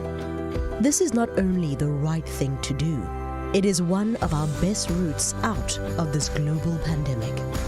As new variants continue to evolve, we know that as long as the virus is circulating somewhere, nowhere is safe. Gavi, through COVAX, is helping to provide vaccines at no cost to 92 lower-income countries. It has already delivered over 80 million vaccines worldwide. With your help, we can protect millions more people, ensure no one is left behind, and help bring an end to this pandemic.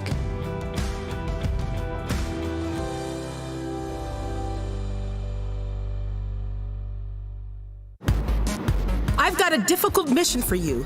Who's in? Close to 1 billion people from 92 of the world's poorest countries need to be vaccinated. You'll need to work closely with governments and health authorities, and it will take millions of volunteers, and it has to be cheap. This is a mission only a few organizations can handle. It is the world's biggest and fastest distribution of a vaccine ever. Equipment such as needles, canisters, visors, protective suits, and sanitizer need to be in place first. All of this has to be transported to the most inaccessible corners of the world. The vaccine has to be kept cold constantly. If not, it's all for nothing. And when the vaccine gets close, a population without mobile phones or internet needs to get the message. Thousands of health workers have to be trained to perform vital work. No one is safe until everyone is vaccinated, so we can't stop until that's a reality. But even though we're doing this because lives are on the line, this is real life and not a game. You don't get a new life if you fall, or if you drown trying to save lives. We have no lives to lose, but we're willing to risk a lot to vaccinate the whole world. As long as the virus exists, the whole world is in danger.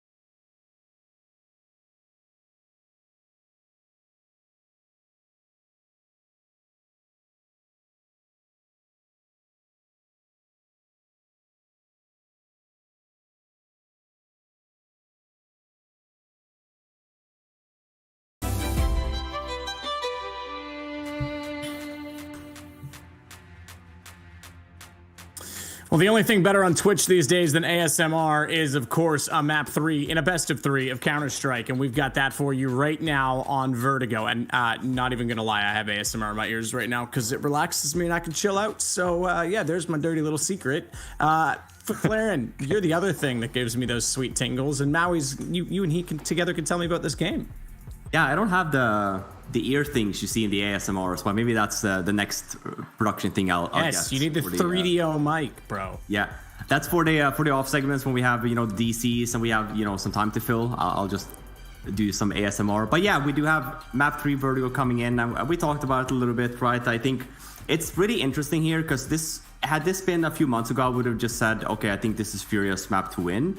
But as of late, these guys have not looked good on this map. And on the flip side of things, ENCE, they're on a 6-map win streak. They have not lost with the new iteration of this lineup. So I do worry here a little bit. I think we're going to see some of the names we talked about as well. But I think it comes down to, again, I go back and always talking about Art on this map. He's very active on that A bomb site. He's the one that kind of sets the tempo over there. But as of late, we have to remember, Junior's no longer with us. He's now picking up the AWP. I am worried here on the A-bomb side as to how they will actually be fixing this, how Furia will be looking on this map with these changes. Maui, this is our head-to-head, Hades and Art. You guys had a rather lengthy discussion as to why you were going to highlight these two. Yes, that is because Art, like Fifth said, I mean, they haven't been, him and Furia have not been strong on the map, whereas since the introduction of Hades, ENCE has yet to drop a map. They are 6 for 6 on it. The closest game did go to overtime, but the second closest game, 16-8. They've been dominant on this map, and Hades has been their strongest player by far, 1.45 HLTV rating since he has joined this team on Vertigo, whereas Art is sitting at a pretty paltry 0.99. I mean, that's actually not really getting it done. And so the reason we're pitting these two players up against each other is because Art has actually had a great series thus far, but he's going to need to continue that if they want to have a chance here, because we know that Hades will deliver. It's actually a guarantee. Hades is going to drop a bomb on this map, but Art has to match it. Seems weird that Hades has elevated his game on the map that's the furthest away from his natural home territory, being so high in the sky for Flaren. It seems a little out of his element, but that's actually pretty impressive as well. Yeah, absolutely, you can say that, right? That's why, like, I think this team in general have just surprised, right? Because it's been, 6 weeks since Hades joined, and this team just looks like a completely different team. And sure, like we talked about Alu yesterday.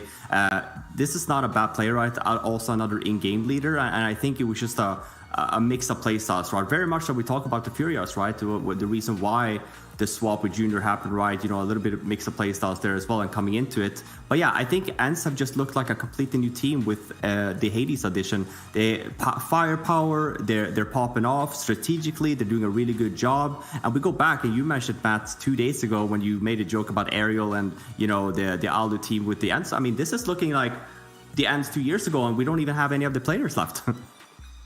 Yeah, that actually is kind of insane. But yeah, we're starting to see some tactical prowess come out of them again, because Sunny coming over, which I think is what ultimately led to that change as well, was everyone was holding out. Sunny was the main export from Finland at the time, being so successful on mouse sports at the time, and really didn't change much and tried to play similar tactics that fell apart. So yeah, you're kind of spot to your on. point, he also dropped off when he joined ENCE for the first few weeks there too, right? So I do think, the structure that Alu has, and we talk about in-game leaders in general, right, of like building a team around certain pieces, right? And I think maybe when you have a guy like Alu, right, probably likes to take a little bit more control, you probably have to be very smart with the players that you end up picking up versus, a little bit more what we've seen in the online era, right? A little bit more individual talent that we have coming up, a little bit more development, right? And what are they lacking, right? They're lacking the experience of, making maybe smart decisions, but what they're not lacking is the headshot ratio and the ability to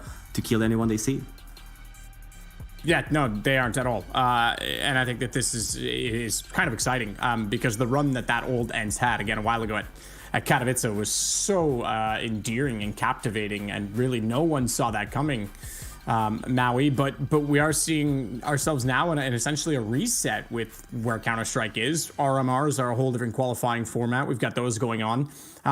And in some ways, a reset's good, because for teams like ENCE and FURIA, I think that's extremely important. And like you said, a map like Vertigo into the pool, Ancient in the pool, there's a chance they can actually start to surprise a few of these teams. This is the right time to capitalize. Yeah, I think the online era has done this team really well, actually. I think that really you look at the names on ENCE's roster, and none of them are really household names. The closest probably being Snappy, but they're bringing up a lot of young talent, and Snappy is molding that talent. Spinks in particular, someone that he's carried with him through his time on his most previous Contact roster, someone that he knew was an integral piece to a roster that Snappy wanted to build here on ENCE.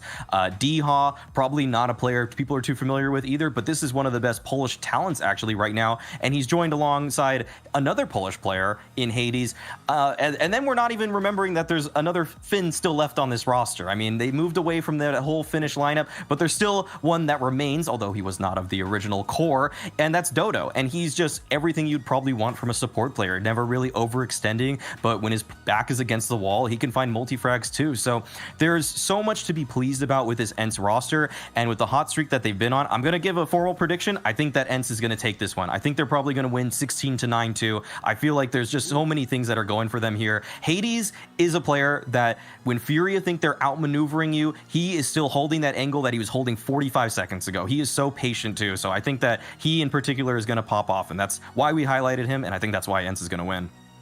I haven't been doing predictions all week for a number of reasons. One is predictions are often taken too seriously. And secondly, for Flaren, it's a charity event. But since Maui did one, I'm putting you on the spot. Yeah, I mean, so I was going to lean the same way of, at the end of the day, it's a charity event. We're everyone's a winner. I'm going to just do Furia then, just because then. But actually, I was also gonna say ENCE.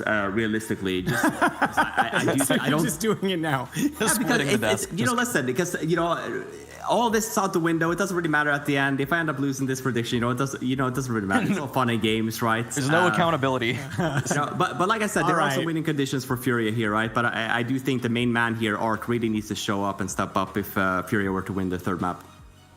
Well, the main men of the moment right now are going to be none other than Dinko and Haka. They've got the honors for the last game of the semifinals. Thank you very much, Matt. Yes, I'm looking forward to hopping into this. Last map for us Hawkers as well here at this charity tournament. It's been an absolute blast so far, but we're jumping into the pistol. One of these teams will be heading to the grand final. The other, unfortunately, will not be. Kesserado getting a good start. That's going to be Spinks down. Flan's starting to come in, but Art, he was the player that Destro highlighting. For Flan said it just a moment ago. He has to be the player to deliver, and he hasn't done it in the pistol just yet. Otto seeing what he can do. It's an extended fight, but one he will win. And the Furia players remaining are both low on health. Kesserado seems to have lagged out. It's gone about as badly as it could have for Furia on the pistol round. ENCE overrun that A-bomb site. And unfortunately for Furia, I think we're going to have a quick tech pause here to get that all sorted. Yeah, nice little breather as well, Hawker, to collect our thoughts coming into this. Kesserado definitely looked like the victim of some network issues right there, so hopefully we'll get back onto the server and get the action going very soon. But coming into this, Maui is incredibly confident that it's going to be ENCE taking the win here on Vertigo. Are you feeling the same way? I'm not incredibly confident, but that's the way I'm leaning right now with this ENCE team. I think they're good enough to get the win here. Like Maui was saying, their recent results on Vertigo are actually really good. So Maui just has more conviction, is what you're saying, Hawker, at this point. Sure, but he might be wrong. I mean, he also said that Hades is just guaranteed to show up, so I can't wait for Hades to just have the worst game of his Vertigo career. Well, Maui's been pretty on point today in terms of that first series. He's talking about Siriusum T-opening on Vertigo. So, there's a lot that Maui was getting right a little bit earlier on today. So I think I'll side with him. I feel like ENCE should have this, stats-wise. It looks like they're on much better form coming into Vertigo as well. When they're riding this wave of hype, especially when you bring a new player in, it can definitely be exciting to watch. I in particular want to see D-Hat play a little bit better than he did over on Incheon. I think I was looking at the team chat just as we're having a quick discussion back and forth between the teams before this game got started, and D-Hat was kind of laughing about his performance over on Incheon, obviously admitting that he didn't play the best. But it's good that he's sort of recognized that. Hopefully it's just a one bad map from him and he can hop right back into this as we do, as we're into the action again. It's ENCE who are currently in a much better situation when it comes to the purchase. Actually winning a pistol round. Furia win the pistol rounds, but they never win the force buys. Now ENCE come into play. Art's got the good old Zeus. He used to almost always get a Zeus kill, I feel like, on CT side Vertigo, because he'd just jump into the ladder room a lot of the time, and teams just didn't seem to be ready for it. But I think they've started to realize that you can't be going in those close range angles now. Flash at the ready from Kesserado. I like that they've got one flash here, a chance to swing and maybe cause some chaos. Unfortunately, ENCE are pretty well prepared for it, though. Completely shutting it down.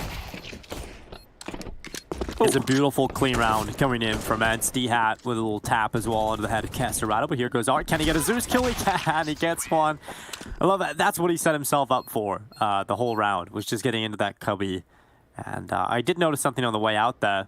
UMP skin of Spinks is actually the same skin as your favorite Orc skin, but over on the UMP this time, Hawkers. There's more of it. There's a whole collection. Didn't even know that existed until now. My day's been ruined. Absolutely devastated. Do you have another tech issue though? Kesserado, I believe information from production has told us that Kesserado's PC crashed a little bit earlier on, and he got back into the server so quickly, so clearly his PC is better than mine. Yeah, you'd hope so. Pretty important to have a good PC. That's your workstation if you are a professional CSGO player. In come the rifles for Furia, though. A chance for these M4s to show us what they can do. And maybe the FAMAS of Honda, who's gone down to the weaker rifle to get the full nades and the kit. And he's also got the smoke lineup early. Art will be playing on this A site, as the desk pointed out, but I don't know if he'll get too many chances for early fights here with all these nades coming through. You could just look at the T-side differences from ENCE now versus over on Ancient, and I have to agree with Maui, who was saying that, you know, you look at Snappy's T-side that was being called, it just felt a little lackluster from the get-go. And on T-side Vertigo, just within the first couple of rounds, I see a lot more conviction. I see a lot more confidence in what they're doing. Just, it's more assertive already in the first couple of rounds on this T-side. So I'm expecting a much better game out of ENCE. As long as they put all their rounds together at the beginning of this, get the flawless 3-0, they'd be off to the perfect start. And that's when things can click into place for ENCE. The thing about FURIA is they're so good at disrupting your game plan. They're so good at getting in there and ruining things that you've had planned. They've got to do that here. 45 seconds left. They're down a player. And ENCE are coming into the site. Yuri's been unchecked at short, but hasn't got a kill. Instead, it's Vinny that's been able to find one through the smoke, and a second coming in as well. A lineup at the ready from Honda. This could be nice. Spinks is the one man who had health, but half of it's been taken away from him. All the ENCE players pretty low in this post plant. You know when you're going to plant the bomb, you have to have some health on Vertigo, because you're about to get bombarded with utility.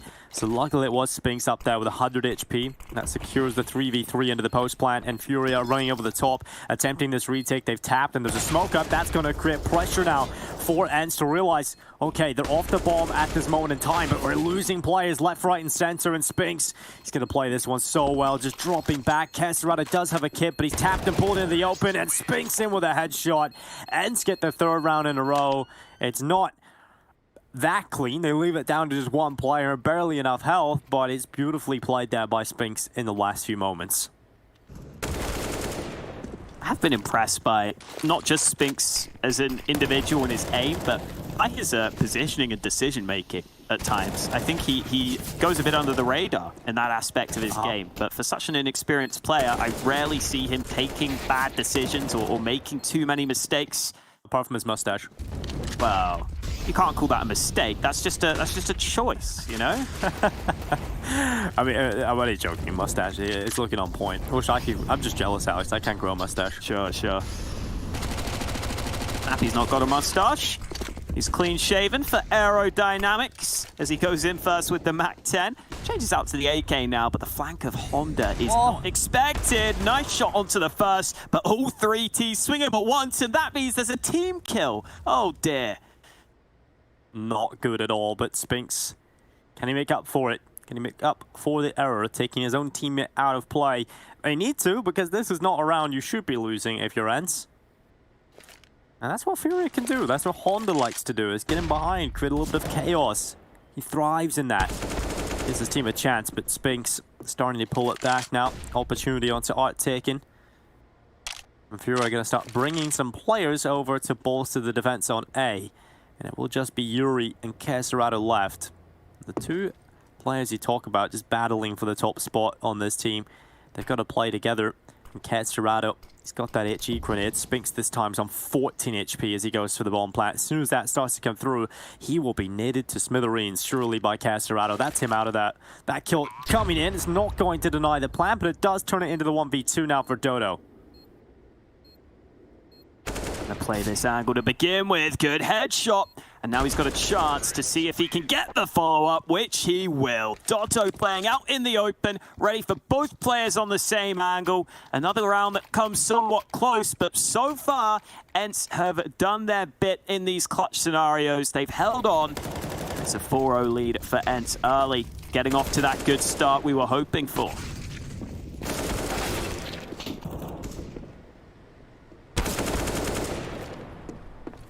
Furia have brought it close in a lot of them though, right? Every A plant, post plant is not really looked too comfortable. They're having to win out these clutches. And now with Art with a big green in his hand, he's opened things up onto Hades. That's the head-to-head we were looking for, but it's Snappy and Dodo we maybe didn't account for as much. They've just quickly taken over the B-Stars. And that throws a huge curveball to Furia. It started so well with the initial kill of Art, but now they're handed what is going to be a difficult round because Vinny is the only player playing inside of the B site, and he's got an MP9 up against the rifles, and he's not able to get anything from it, nearly taking Snappy out of play. So it does get damage, I suppose. Oh. Nice shot from Honda. Spinks having to turn around. Oh, wow. Spinks turning on to 2 players. Lovely work from him. 5-0 lead for ENCE. It's all going swimmingly to start us off. And unlike the Maui Snake promise, Dico, Hades is actually bottom of the board right now. It's early, though, so we'll give Has that become your priority? That's all I care about at this point. No longer cares about the semi-final, last map, or the best of 3. It's just, is Maui Snake going to be wrong? I mean, that would give you a lot more personal satisfaction, wouldn't it? I like ENCE. I like ENCE. I want both to happen, okay? How about that? I mean, that could happen. That could happen. We could have a big step up from the likes of D-House, Spinks instead. Snappy was delivering some beautiful shots over on Ancient. So if that could continue and transfer into this map, I would be very excited to see that. Beautiful flybys of Vertigo.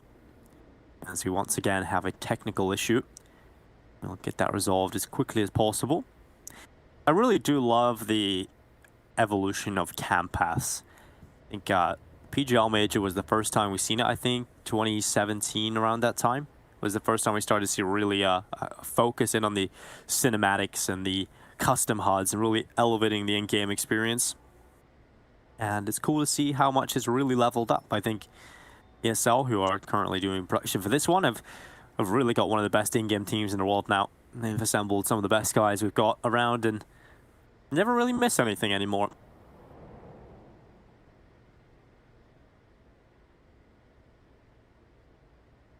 Oh, Maui is so confident as well, Hawker, because he's just messaged into the group to remind us what prediction he had come up with.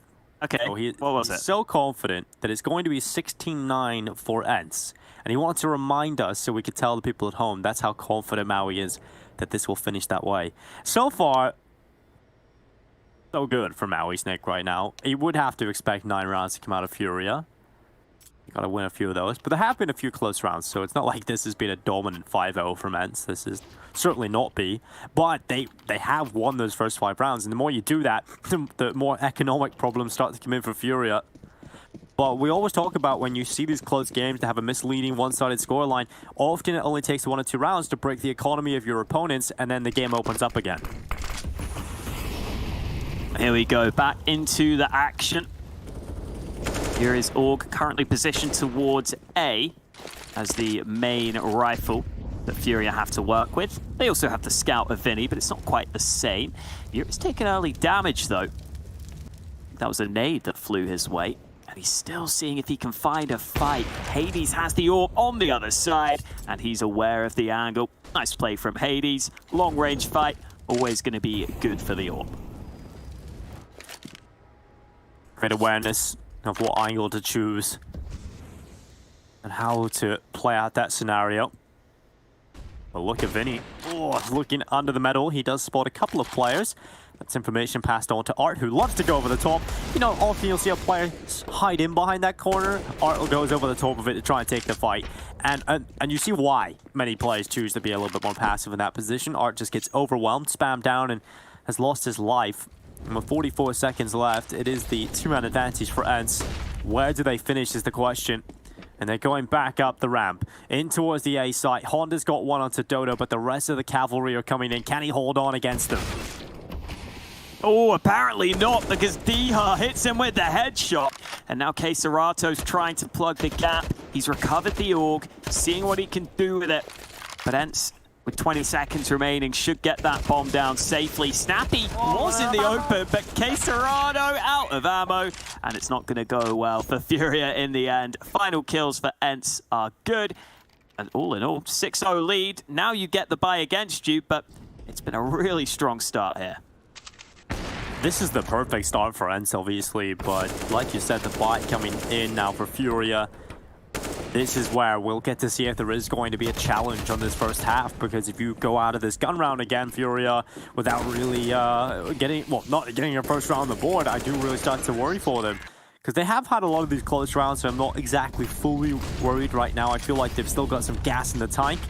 But they have to start getting round wins. They can't just be bringing them down to 1v1s, 1v2s. They have to start winning rounds. And round 7 would be the perfect time to do that. Mid tier coming in for ENCE. They've got Snappy and Spinks taking mid control, and Vinny. Oh, Vinny, he's gone down quickly, and that's opened things up. Snappy not wasting any time. He runs in, and maybe a little too quick because Casterado and Art have just found kills between them, and this round has flipped on its head. Once a great start for ENCE, now looking fantastic for FURIA.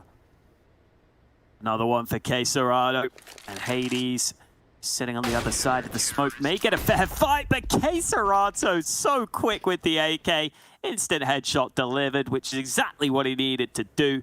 Finally, we get to see something out of one of the FURIA players. A moment of magic, which is exactly what they needed to put themselves back in this game. Especially because ENCE didn't have massive money in the bank. They're in a position where they actually already have Snappy down to a Tech 9. And if they were to lose this one, they could easily be forced back down to a low buy.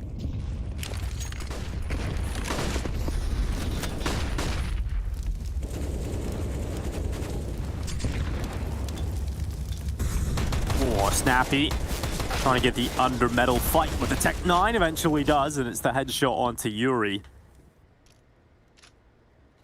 5 versus 4. Did start with an initial kill, Snappy, in the previous round, and it so quickly went back into the hands of FURIA. And just as I say that, Honda comes in with this headshot. Art on the edge of the smoke's not far off that kill. Through the spam, just missing by a fraction. Itchy grenade soars in and catches Hades, bringing his health down to 56. And maybe this mid play is the only way into the round for ENCE. Spinks has the pressure on his shoulders to do it. Looking down in towards elevator. Honda is the first player Spinks shall find in mid. Molotov into construction, and that's enough to call ENCE away from the A site. They're going to be going elsewhere. Later stages of the round, but you can play between the sites on Vertigo. And ENCE are trying to do that here, running their way in towards B. Vinny, nice kill onto the first player, and he tucks back into cover. Could help to slow ENCE down here, as that time continues to start to become a factor. Art's holding from mid, but 2 kills for ENCE leave Art in a retake scenario with the bomb being planted. He's got a lot to do here. I think that's an understatement. Luckily has the kit. Slowly sliding his way down construction. No idea that he's here right now, but now they do. Loud exclamation from Art, but nothing found yet. And with that time ticking, his opportunities are running dry. It's not looking like Art is going to find anything here. D-Hat quickly in with the headshot. D-Hat has definitely not let that inch of performance affect him mentally. Look at this comeback. Redemption Arc heading into the third map. 11-5 on the board now for just D-Hat. The closest on his team is Spinks, who's currently on 9 kills, 4 deaths, and then in behind that is Dodo, followed by Snappy and Hades. So, I have to say, D-Hat, I'm impressed by the mental fortitude to come out of that. He's got a great positive attitude, and I think you mentioned that earlier, Hawkeye, just you've got a team full of great youngsters with potential, but also have great attitudes. Ooh, Spinks not ready for the white swing. Oh, from Vinny Ali. Oh, the lineup from Art is devastating. ENCE are going to be in a real pickle now in this round. A 2v5 to try and turn back from.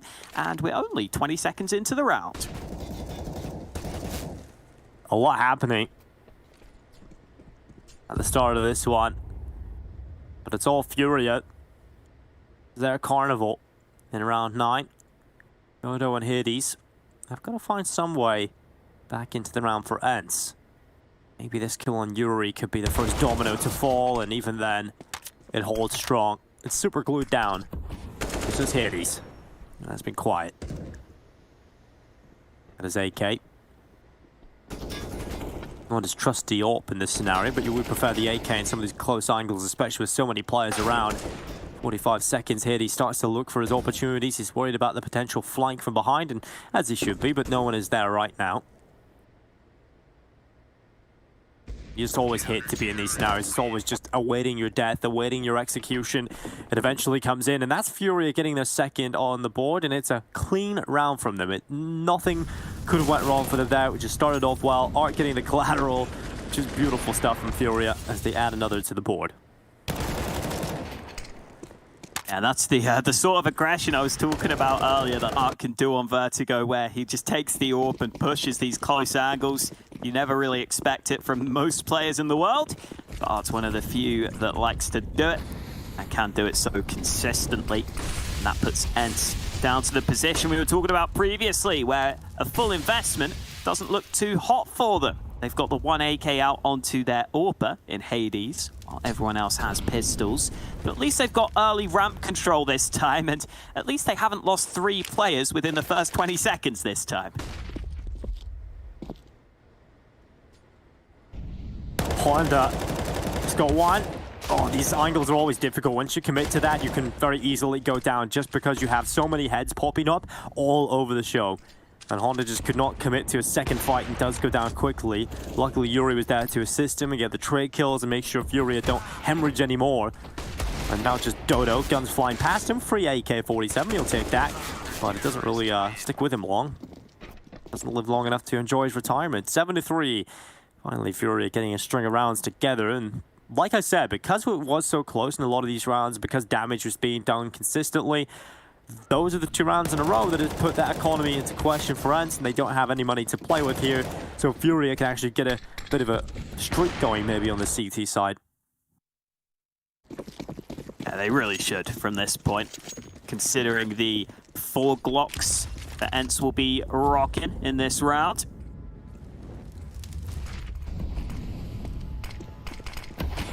Not sure what you can even call at this point on the ENCE side.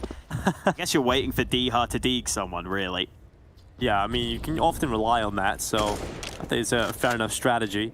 Also, you could just slow this down, right, and use it as a bit of a pause to talk about what you want to do once the guns come out again. Maybe some of the adaptations FURIA have been throwing at them, what ENCE can do to counter it. I think some of the aggression's been working out, some of these early fights have been working out for FURIA. So if ENCE come up with any ideas around that, how can they negate that FURIA issue? That really will be the question in their minds, and we'll get to find out the answer in the next round, but not in this one. Art, though, taking quite a bit of damage. Molly didn't even land on the map. It bounced back. Queserato having to help out on the rifle assistance, and Art's there in the back lines, finally landing some shots and shutting down the round as you would expect. FURIA up to 4, but now ENCE will get a chance back with another buy.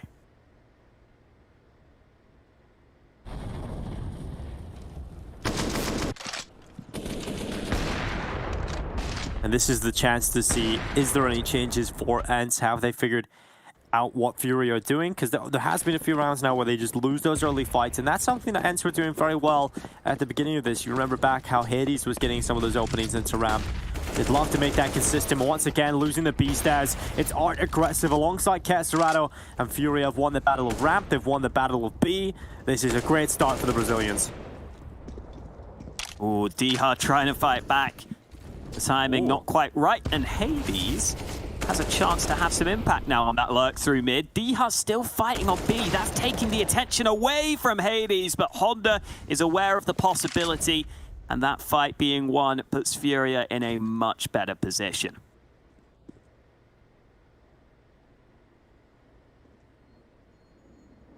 Deha will be the front man in this recovery mission. Is it even possible, is the question I have. And right now, it seems unlikely. They go around the corner. Oh, Deha, nice headshot, but couldn't quite follow up. It has to be Dodo, and he's taking significant damage getting that trade kill onto Yuri. Bomb plant starts to come in, it's secured, and that's money in the bank account, but now Dodo, he turns it into the 1v1, just couldn't slip away.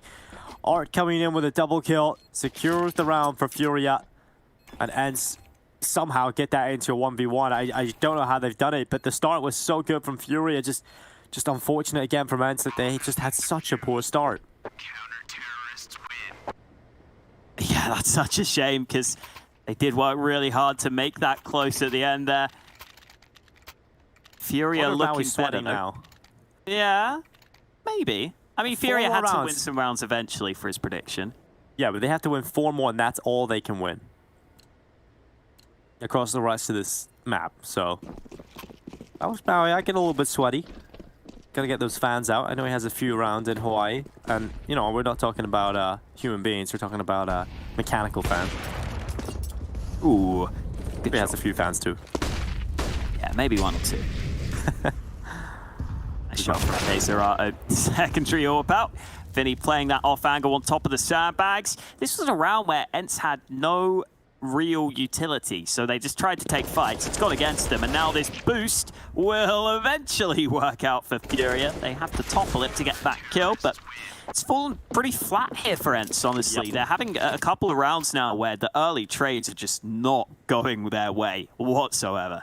Yeah, they're non-existent is what the early trades are, right? They're just not getting these kills back, and it's because Furia do this really unorthodox thing where they just push both sides of the map, right? They have players at bottom ramp, bottom B stairs. There's no balance. It's just aggression all over the place. And the only weakness, the only opening is middle, but it doesn't really make a difference when everybody else is dead and you have one player kind of creeping out mid. They can't deliver enough impact because they've lost every other part of the map. So I think Furia's aggression has been beautiful to watch, and it's been successful. And ENCE haven't really found the answers for it. Two players stacked on mid again. This time the AWP of Art alongside Vinny. They both get early kills. And ENCE are thinking about going for these mid fights, but they may think better of it after seeing those 2 CTs. Vinny's loving that angle up on top of construction. Looks down in behind the boxes. Now gets aggressive for the double kill. Bomb goes down. Just Hat. His death places the top of the B stairs. Deserato with a closing kill. Round 15. Last round of the first half. 7-7. And started so strong, Alex. But Furia have just been coming back stronger. They have. Been a complete turnaround here in the first half. And Art is playing a pretty good game so far, which we were wondering if he would be able to do after some of his recent games on this map. Here comes Yuri in behind. Dalto's blind and completely clueless as to the fact that Yuri's managed to run all the way behind him. Yeah, once again, just losing these opening fights, not getting the trade kill. Dodo was there alone. Didn't even know he was alone, I'm sure. He had no idea what was going on.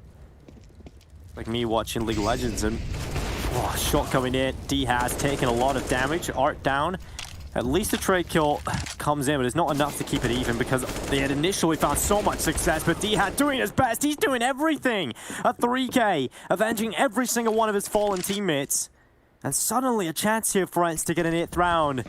It's D-Hat that has done it all. But it's not done yet. So much more still needs to be completed before ENCE can feel comfortable.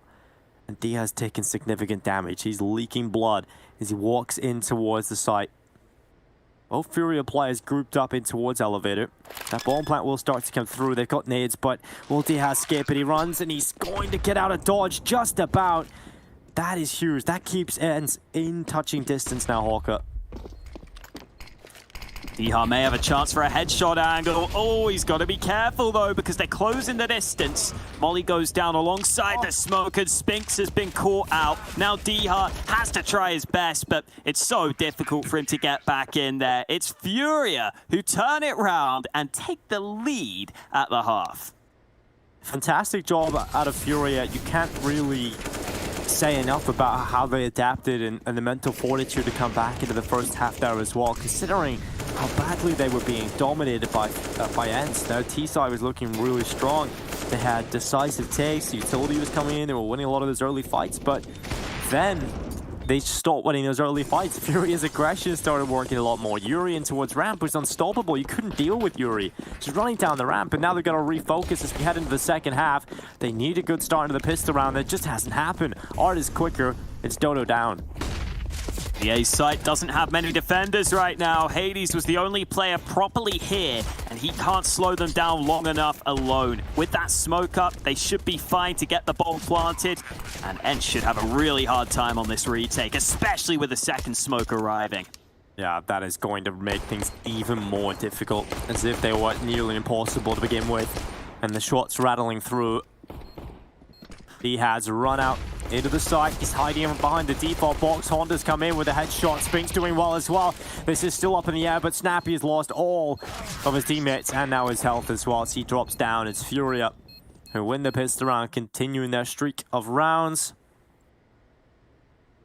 And the Desk did say if FURIA were to win this, Art would need to be a central point of their success, and he is leading the way in the kill count, 16 and 8. He's had a fantastic showing here on Vertigo. Right beside him is Caserato, who was doing a lot of the same work alongside Art. He was supplementing some of that aggression in towards B in the first half. So I've been loving this FURIA show so far. Got to make sure they don't get caught out in this one, though. That AK of Art's been taken down to 12 health over towards A ramps. They're going to focus back towards B, where there are a couple of CTs, Dihar being one of them, but good spray control from Vinny gets him out of there, and 2 kills onto the B site should help settle this one. Utility flies in. Spinks hits the body shot, but no kill for him, and he's landing damage. Just can't get the kills. Luckily, Hades will land his shot. Small gap to play with, but big enough for the kill, and Caserato goes flying by.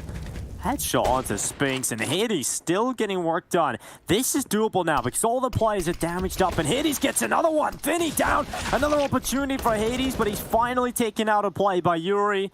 And it's 3 HP for Yuri, 12 for Art, and Dodo onto the site.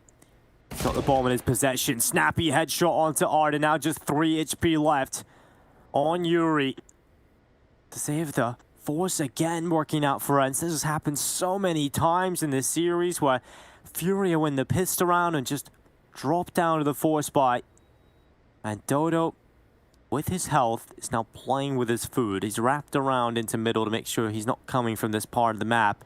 And with 20 seconds left, he's going to realize he has to be on the site. He'll hear that bomb plant. Not committed to it though, Yuri. Instead, he's going forward, and Dodo knows he's off the bomb now. Starts to creep down silently into the site. Yuri's using the smoke to try and allow himself to cross over. Sound now made for Dodo. He gets aggressive, taking the fight, running over the middle. But Yuri hasn't really even budged. He's using the smoke as cover, using that low health, and there's Dodo with the kill, finally getting it done. It was a long approach to the 1v1, and Dodo realized that's an opportunity ENCE can't miss, and Dodo makes sure to secure it. Oh, Maui must have been sweating about his prediction there, sweating big time. But the 16-9 for ENCE is still possible, thanks to the low buy win, and considering they lost those 2 early kills, they did really well, especially as you pointed out, Hades, taking so many opportunities with the scout onto the tagged up players. It looked like he knew quite a few of them were tagged up too, because I feel like he was focusing the body shots there. He was focusing just making sure the shots landed. And huge props to Dotto again. Really reliable for this team. I think that was pointed out on the desk too, that he can be pretty consistent for them, provide impact when called upon. That was one of those rounds. Hades there looked to land that shot, but not a massive amount of damage done onto Yuri. They're fighting for ramp, but there are AKs on the other side that they have to be aware about. Oh, Art is a wild spray, and one that hasn't delivered much reward. Down to Snappy. Hades as well, getting it going for ENCE. This is much more like it. Tasting success at the start of a round again. It's been a long while since they've had that flavor. Yuri have pushed up with 3 players into the B site. They'll get a bomb plant. That'll secure some money, and Yuri on the AK has found that. It's Spinks who's the victim of the rifle, and Yuri now realizes he's got to fight on 2 fronts, so he has to choose his positions wisely. He knows he's got a little bit of a timing. He can take that construction fight, and the headshots come in. Caserato switched out to the FAMAS, but he hasn't spotted Snappy, who is just out to his left. The flank with Dodo was definitely the most important player in that scenario, but with his time now ticking, the chances are done, especially with that kill from Caserato. And Dodo concedes. He runs away. They needed 2 in a row. They even got the early kills, Alex. But FURIA, they've got Yuri. And there's not much you can do about that. Wow. That's a good find. Splat. Yeah, really well played round by Yuri. Hades holding with the ult initially towards short, but as the round went on, I think just that early kill they get onto Diha over on B just makes such a big difference. Opens up the round. You oftentimes talk about the anchor player's ability to try and survive, try and be sticky in his position. If he goes down early, as he did there, it gives the T such a good opportunity, such a good amount of time to set up the post plant successfully. And ENCE are just going to keep forcing, but they're going to keep having some problems if that's going to continue. Nice shot from Serato. The AK's traded out on ramp, and the one rifle that ENCE had has been lost. They're still sticking around on ramp 2. FURIA don't want to let them get that AK back.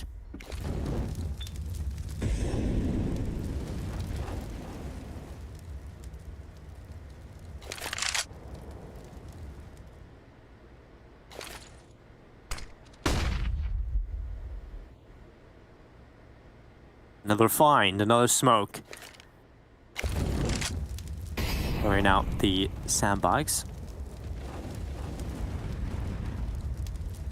I like that Vinny throws it out to the right side there, Hawker, because often you get a extra a second or a few milliseconds to react once that bang's off the top, and you can get out before it and get a swing, but that molly will start inflicting damage almost immediately.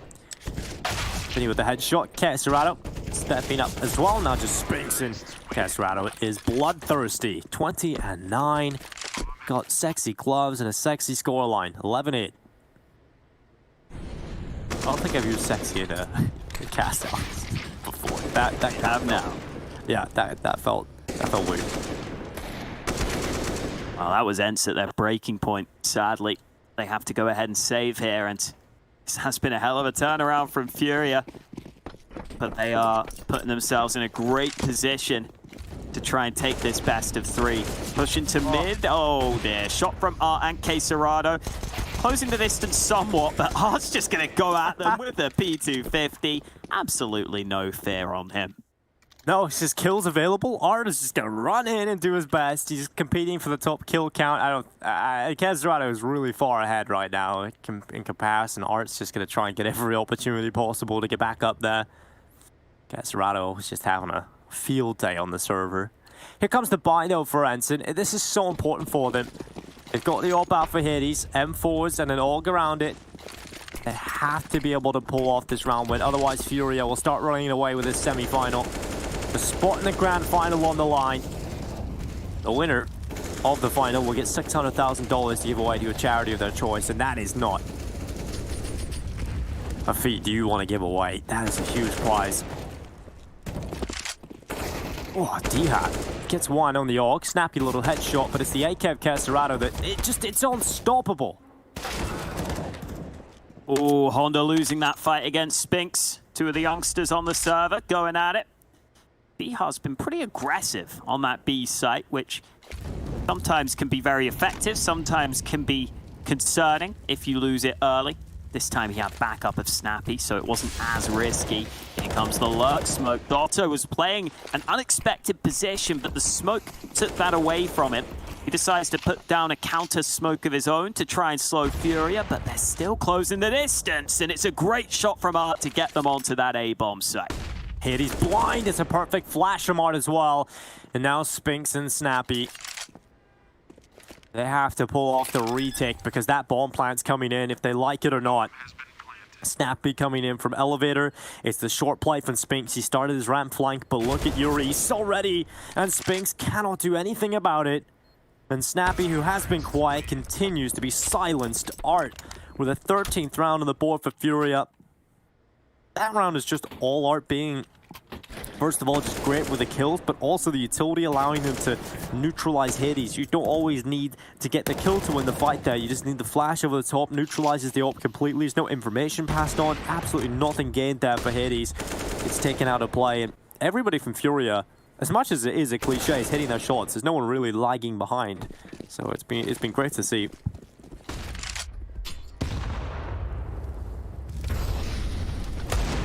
And this is why, for a long time, this was a map that FURIA were really solid on. They pick it quite a lot.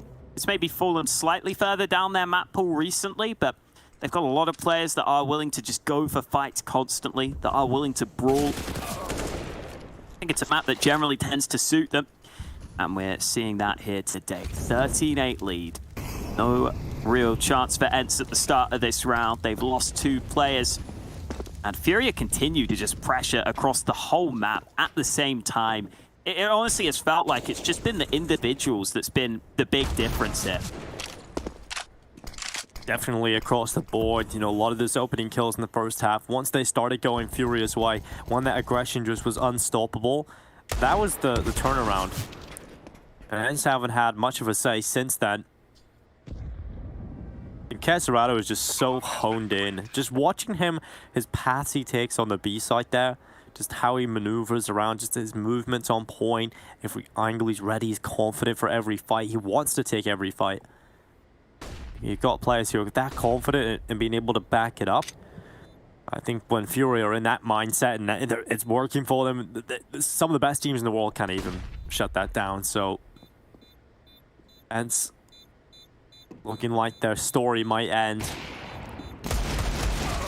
You know, in this semi-final, as FURIA head up to 14 rounds on the board. Money out for ENCE, and we often talk about this kind of buy being the last legs underneath. ENCE and FURIA have gone for the tactical timeout. I think FURIA are one of the teams that do this most often, even when they're up. Maybe just, you know, maybe just making sure that there is something actually to talk about here on the FURIA side. You never know. Maybe they're just trying to ensure that everything goes okay for them. Oh, Alex, you know what I was just thinking about?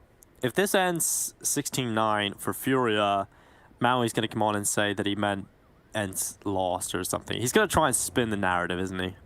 So just throwing that out there. So we can't be fooled or bamboozled by that. Yeah, we got it on tape, don't worry. Now we won't be getting away with that. Get the footage ready, Hawk, and get the Twitch clips. Look down from Hades. Let's see if ENCE can have a better time of things early in these rounds. They stack 4 towards A to fight for ramp. I like this switch up. I think they need this strength in numbers early because they've been losing so many fights. Only around the corner from Yuri should force Snappy back. So decent response for FURIA considering there's only 1 man towards ramp. And FURIA are going to continue to try and pressure elsewhere. The mid boost might be really well timed. Molotov into construction, and Caserato has leaped around the corner, bounding up middle. Smoke in the elevator has already been confirmed, and Diha has also thrown a smoke down himself. He wants to play with the smoke. It actually creates a little bit of chaos for the T players as they come on over. Yuri has the bomb, and Dodo's flank gets spotted. Yuri is the man of the flank, and he's always ready for them as well. It's Spinks and Snappy, and this has become a shooting range for FURIA. This second half has not even been that close. There's been little glimmers of hope out of individuals, and this might just be another one. Spinks has got a double kill. Yuri is low, and he jumps up. A nice headshot from Spinks. Another chance for him. This might just be the round win now. A 4K. Can he get all 5? Be the best player of the game. And Spinks is going to tap the bomb into the open. Finds Caserato. What a hero round out of Spinks, and there's the 9 rounds. ENCE have looked for it, and Spinks delivers. It was always going to be hard to beat that Tabson play earlier in the day, but Spinks was trying, man, in that round. He gets the ace in a clutch scenario. Not a 1v5 per se, but still a difficult clutch to win for his team. And he had to step up emphatically to win his team this round. It looked so good for FURIA to begin with as they split towards this site. Spinks starts coming in with some kills, and out of nowhere makes it happen as he gets back into position. Finally at the end here, trying to find the bomb, realizing Caserato was coming in from the other side. And now ENCE have something to get excited about. Their money's still pretty bad though. They've got to make sure they stay focused here, and Hades will stay focused early with a nice shot. Oh, Dodo. Hopping back into the site. There's rewards. Brilliant beginning for ENCE. Honda tries to get through the smoke, and he might just go down to Spinks as well. Maybe this is just the hero play that has injected life and adrenaline into ENCE. Maybe there's some belief inside them once again. And it goes down. And as the chat goes, easy for ENCE, Alex. Yuri gets forward. Spinks has been able to take him out with the AUG, and Vinny is battling back for Furia, but it's not going to be enough. It's a losing battle at the moment. As long as ENCE don't make any monumental errors, this should be their round. And Hades holds. Sees the utility, and now an arm. Unable to take a kill. So he goes up again, changes up the position, and that's a better angle to fight from. Honda stuck in the open, 16 HP, hung out to dry, dead to rights. Walks forward into the site. No one peeking. It's very disciplined from ENCE. They don't want to give anything away, especially after they just witnessed Spinks' round, and Diha walks backwards into Honda, at least giving him something, but as soon as that kill comes in, the trade is there. Furia going for another tactical timeout. It's going to be 14 rounds to 10 on the board, so Furia realized, all right, economy still good, still got enough. We can take a deep breath. It's not out of our hands, but ENCE certainly feeling a little bit of belief now. It's a pretty important one for ENCE, just because you see it sometimes where the hero play comes through, the big moment that you think is going to save you, and then you lose that next round because you've only had one CT survive and you don't have perfect weaponry or perfect nades. So nice to see that ENCE were quick to realize, all right, we won that one, let's just keep focusing. Let's just keep our heads up, make sure we win this next one too. And now ENCE will have the luxury of the full rifles, including the AWP into the hands of Hades, who did get the opening kill in that previous round over towards A. The Furia pressure that position again. They've got 3 Ts there early.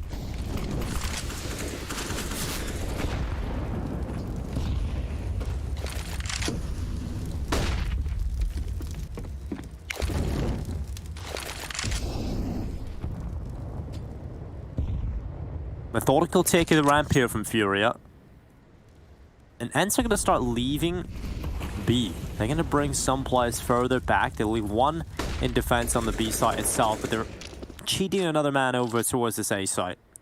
And Dodo on the edge of the smoke. I love that. That's a cheeky play, and Art gets caught by it. At that point, you've just got to accept that has just happened, and Honda makes the mid play. At least pulls that back very quickly, but I love the opening from Dodo. It's just unfortunate it's short-lived. Oh. Hey, Quesarado trying to find the angle. Nice shot onto Hades, and that should put Furia in position. We need another hero on the ENCE side, and Snappy could be about to step up to the plate. Second headshot confirmed, and now this round is busted wide open. Snappy of all players to deliver the goods. But is it enough goods right now for the round where Dodo is coming in behind? He was the player that started it off for ENCE. And Snappy, how impactful can these kills be? And Dodo, he now has a low player right in front of him. He's done it. A 2K to close out the round. He begins and closes it with an 11th round for ENCE. And it is Snappy who finds those important, crucial kills that gets them into play. And there we go. The falling body as it hits the ground. That's a very slow drop out. The gravity must be very different here. I like how he went down T-posing. Don't see that too often. But yeah, man, ENCE just keep coming through with these rounds. Oh man, they are impressing us in these scenarios. You know, Spinks with that round earlier, which he just shouldn't have won. And then this one, Snappy had to come through with the impact kills and did a really good job at it. Furia maybe getting slightly ahead of themselves, but the 1v1 fights were given to Snappy and he took them. Now we've got another round, which ENCE have to stay focused on, though. Still can't get ahead of themselves. We've still got AKs out for Furia. It's going to have to be a really hard-fought comeback here for the ENCE side. Dotto has been mollied, so the smoke goes down. There's a nade into the position. Dotto taking a good bit of damage early here. And it's going to be hard for him to get out of sandbags, because every single Furia player is here trying to lock him in. Yeah. But there was a timing where he could have escaped, and now we'll play out from Art. Snappy can take it out of play. Dodo at least gets something from what seemed to be the impossible position at Sandbags, but it's not enough just yet. There's still a man down. The kill from Spinks to the smoke could have happened, but Art, what? What is he doing? Just jumps down in the elevator and dies, but that is the Art way. Live and die by the sword, and he chopped down a few on his way as he went through. But still a 2v3, a one-man advantage for Furia. Looking to close it, looking to get map point finally here in this series.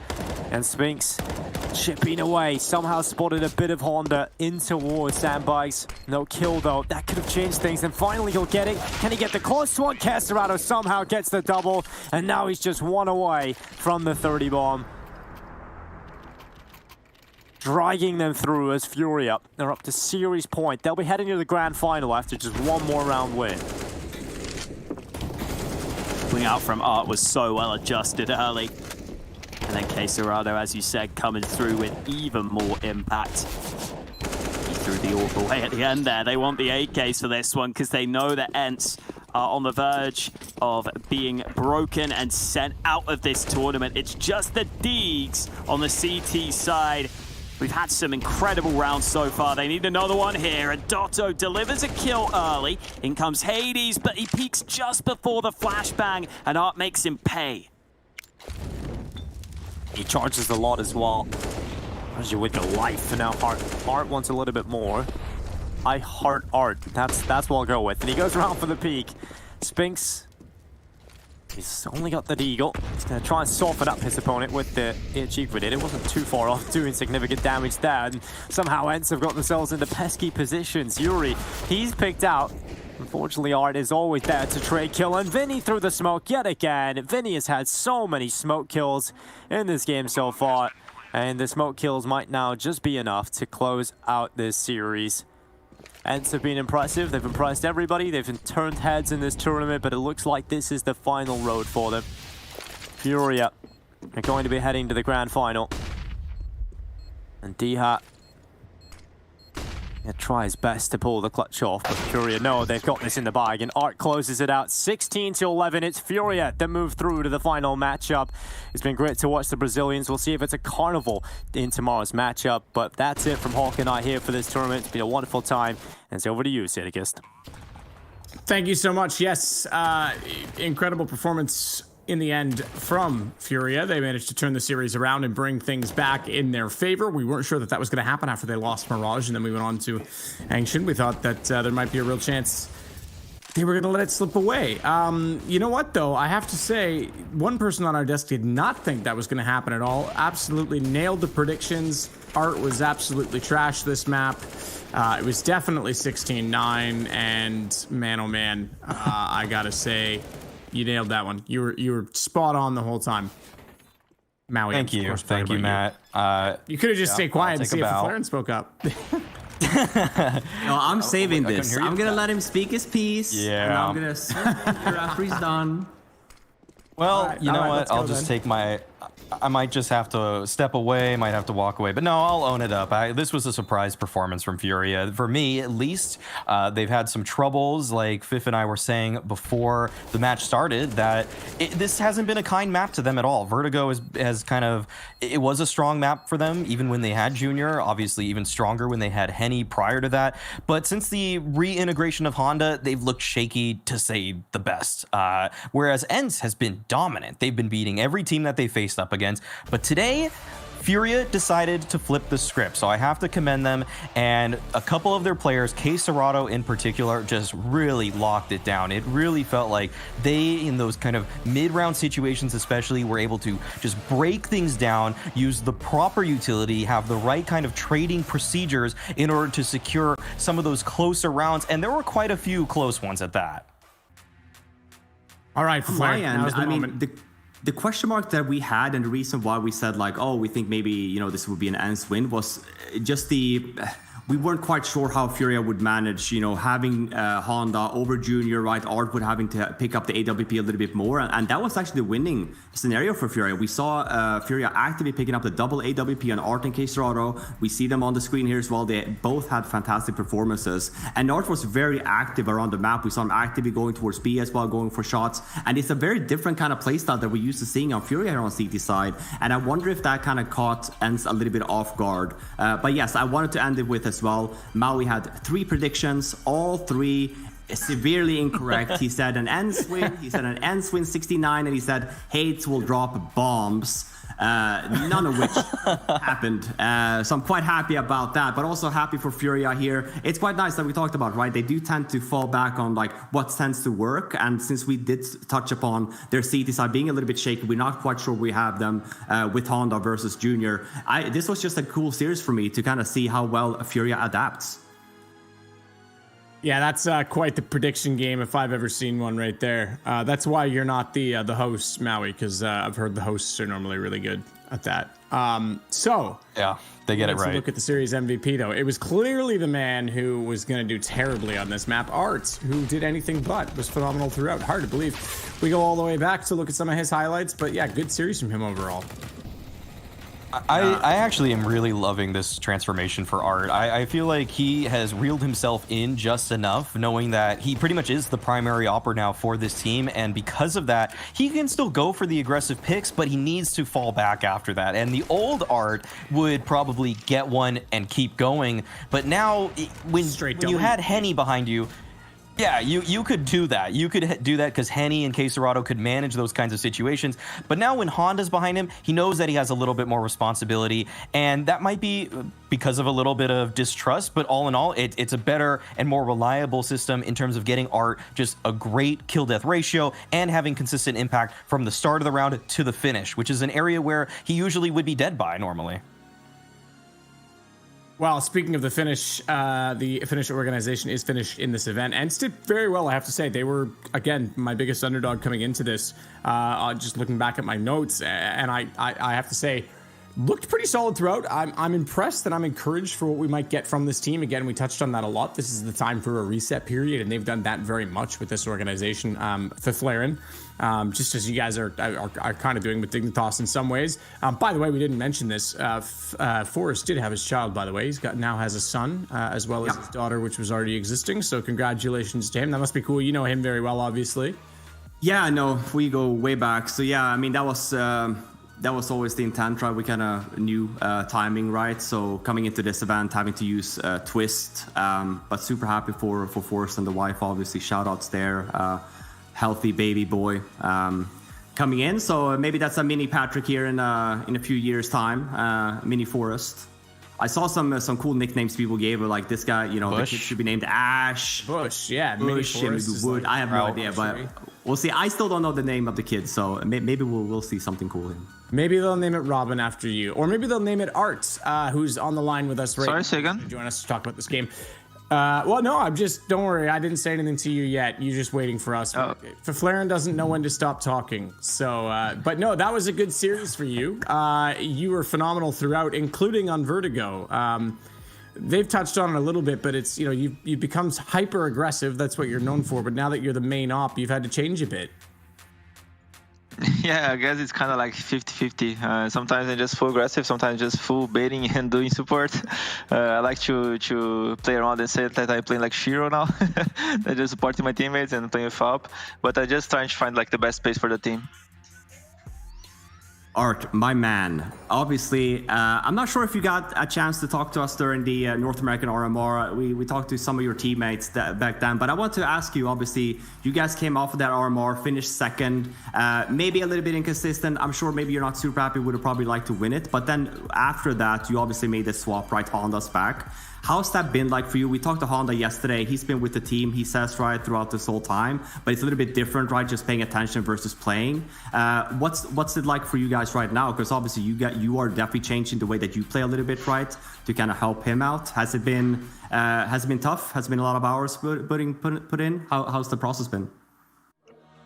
Yeah, since Honda joined the team, we tried to practice as many maps as we could, so we can get more experience on the way we're playing right now, because we changed the rules and I help now, so we changed a lot of positions. So we're like scrimming like 7 or 6 maps a day for the entire first month.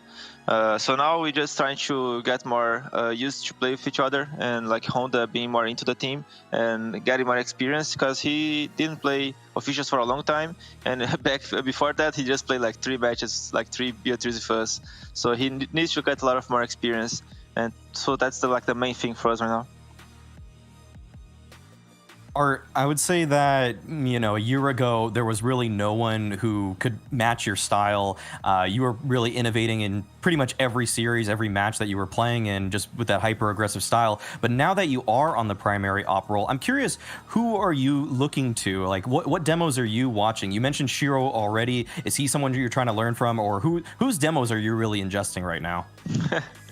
To be honest, I don't really watch demos because the way you play is a little different, and the positions I'm playing, most of them are not like upper positions. I'm rotating through the map a lot, so I'm not really playing like default positionings, and as a T, I'm usually just getting pickoffs or just holding angles, and they're quite common. It's just like common angles you play on pugs and stuff like that. So I'm just playing the normal CS, and when not playing normal CS, I play fake K and go in front or do something crazy. So for Alpine, I just do like defaults, and CT, I play like strange rotations and strange positions. So I don't really watch a lot of demos. I think that's really cool because I feel like a lot of people right now are probably watching your demos to figure out how the heck you're always getting into bomb sites so quickly, but you just have your own feel for it. And sometimes when you try and imitate other people's games, you don't really understand why they're doing it. So yeah, you got your own style. It's working for you. You are an artist, quite literally. Yeah, it sometimes works, sometimes don't, and I look like a fool, but usually what matters is that we are winning, so that's the end point of it all. Awesome. Well, congratulations. You've got the final tomorrow going up against Big. That'll be kind of fun, no doubt. They've certainly been on the rise this tournament as well. Yes. Can I finish with a message for the Brazilians in Portuguese? Yes, absolutely. Thank you. Rapaziada, só agradecer pela torcida, pelo apoio de todo mundo, porque não só pelo apoio pela FURIA, mas também porque é um torneio beneficente, é por uma boa causa, causas humanitárias, como todos sabem. Vai ser, acho que, $600 mil de premiação, então é muita coisa para muita gente. Então só dar meu obrigado aí pra tribo e para quem tá acompanhando também outras streams, ou só tá torcendo por nós, por apoiar a gente e principalmente o evento e prestigiar o evento. Então só esse salve para vocês e tamo junto e vamos de final. Bora! That's it, guys. Thank you very much. I like it. No worries. Thank you, Art. And we'll see you tomorrow, hopefully. Yeah, hopefully. See ya. There we go. I still have no idea what he just said in that interview. Probably was calling out Maui for thanking the fans, thank for the support. Show up tomorrow as well. We're going to be destroying Big in the final. Be sure to tune in. I heard him say obrigado, so I know out, he right? said thank you. I don't know who he's thanking, though, but he thanks somebody in that. So, yeah, well... That's my quick translation, guys. That's all I got. Well done. Good job with the Portuguese. This is how it went down today. This is our playoff bracket. ENCE came up a little shy in the end. FURIA manages to take them 2-1, and then Big took Mouse Sports, which coincidentally or consequently, depending on how you look at it, that means Group B is the victor because both of these teams, both FURIA and Big, came into this tournament in Group B. So they are the better. B for better. Apparently, it's better to be beta in this case, guys, as that's going to be our grand final. We've had some good matches today. I'm also pretty excited for tomorrow. Like we said, I think FURIA will continue to impress here, and Big has also been inconsistent, right? So let's not forget about that. So that's gonna be a super fun final. I didn't know they were putting the names up, but yeah, I was gonna do a big preamble to this. We've also got someone that you're very familiar with, Fiflaren. Get Right and NMPLOL. Will be up with Toast and Tweeday. Yeah, that guy, that YouTube guy who plays other games too. They're going to be doing Wingman against each other. That's at 14:30 CEST. It's best of 3 Wingman competition. That'll be a little bit of fun. It'll be great to have Get Right involved as always. Legends streamer now as he is plays the game quite a bit still. And then of course the finals is FURIA and Big, and that will start at 1600 CEST. Yes, charity event, but. It's still for quite a big amount. For $600,000 goes to first place, or at least the charity that first place selected. So there's still some good amounts of money on the line in that regard. And yeah, good amount of fun so far in this tournament. I think Get Right being here might be a good time too, guys. For Flaren, are you going to roast him the whole time or what? We'll see. It's funny, right? Because even the 2 guys that we do have that maybe are not from Counter-Strike, NMPLOL and Toast, right? I'm not sure. Obviously, Twitch streamers, Toast for Facebook. But Among Us, there's a bunch of cool variety games that they play. I've never seen these guys play Counter-Strike. So we'll see how it goes tomorrow. And then I think it's going to come between Get Right and Tweeday. Tweeday is actually a pretty good Counter-Strike player, so he can definitely shoot back. But I think that this is going to be... we're not going to be seeing some beautiful Counter-Strike in that show batch. Yeah, I didn't know Disguise. Well, I mean, I didn't know Disguise Toast even played FPS games. So that's what I mean. I have no idea if he does. Yeah, but I mean, I used to love his YouTube content, so shouts out to him. It's cool that he's participating in this event. It is very cool. Very, very cool. And like I said, this event is for charity and a little bit of fun. That would be kind of interesting to watch if that's the case. Maybe Get Right just gets to run rampant and do all the lurking things he used to do. Gamers Without Borders, yes, we're going to the finals. We're heading to the final day. We've had quite an event, but we're doing this for a good cause. And of course, this is to get vaccines to communities around the world who otherwise can't afford them, and make sure that healthcare is provided to everyone who needs it. That is extremely important because this pandemic does not discriminate, and it's something that we need to do to get the world back to normal. We've been doing a great job, I think, so far on our part, but you can do some more at home. I'm going to toot our own horn there a little bit. You like that? But you can do your part at home too and donate at gamerswithoutborders.com. There's lots of other games going on that you can even play. You can participate. There's other games in the elite titles as well. This is almost a month-long event. Counter-Strike's just a small portion of it. But yeah, check it out because this is a good cause. This is super important. So the Gamers Without Borders final is tomorrow. And as I say, according to that schedule, we'll see you bright and early for a nice show match. It's going to be interesting. And then it's Big versus Furia to take the honors and the championship. We'll see you tomorrow.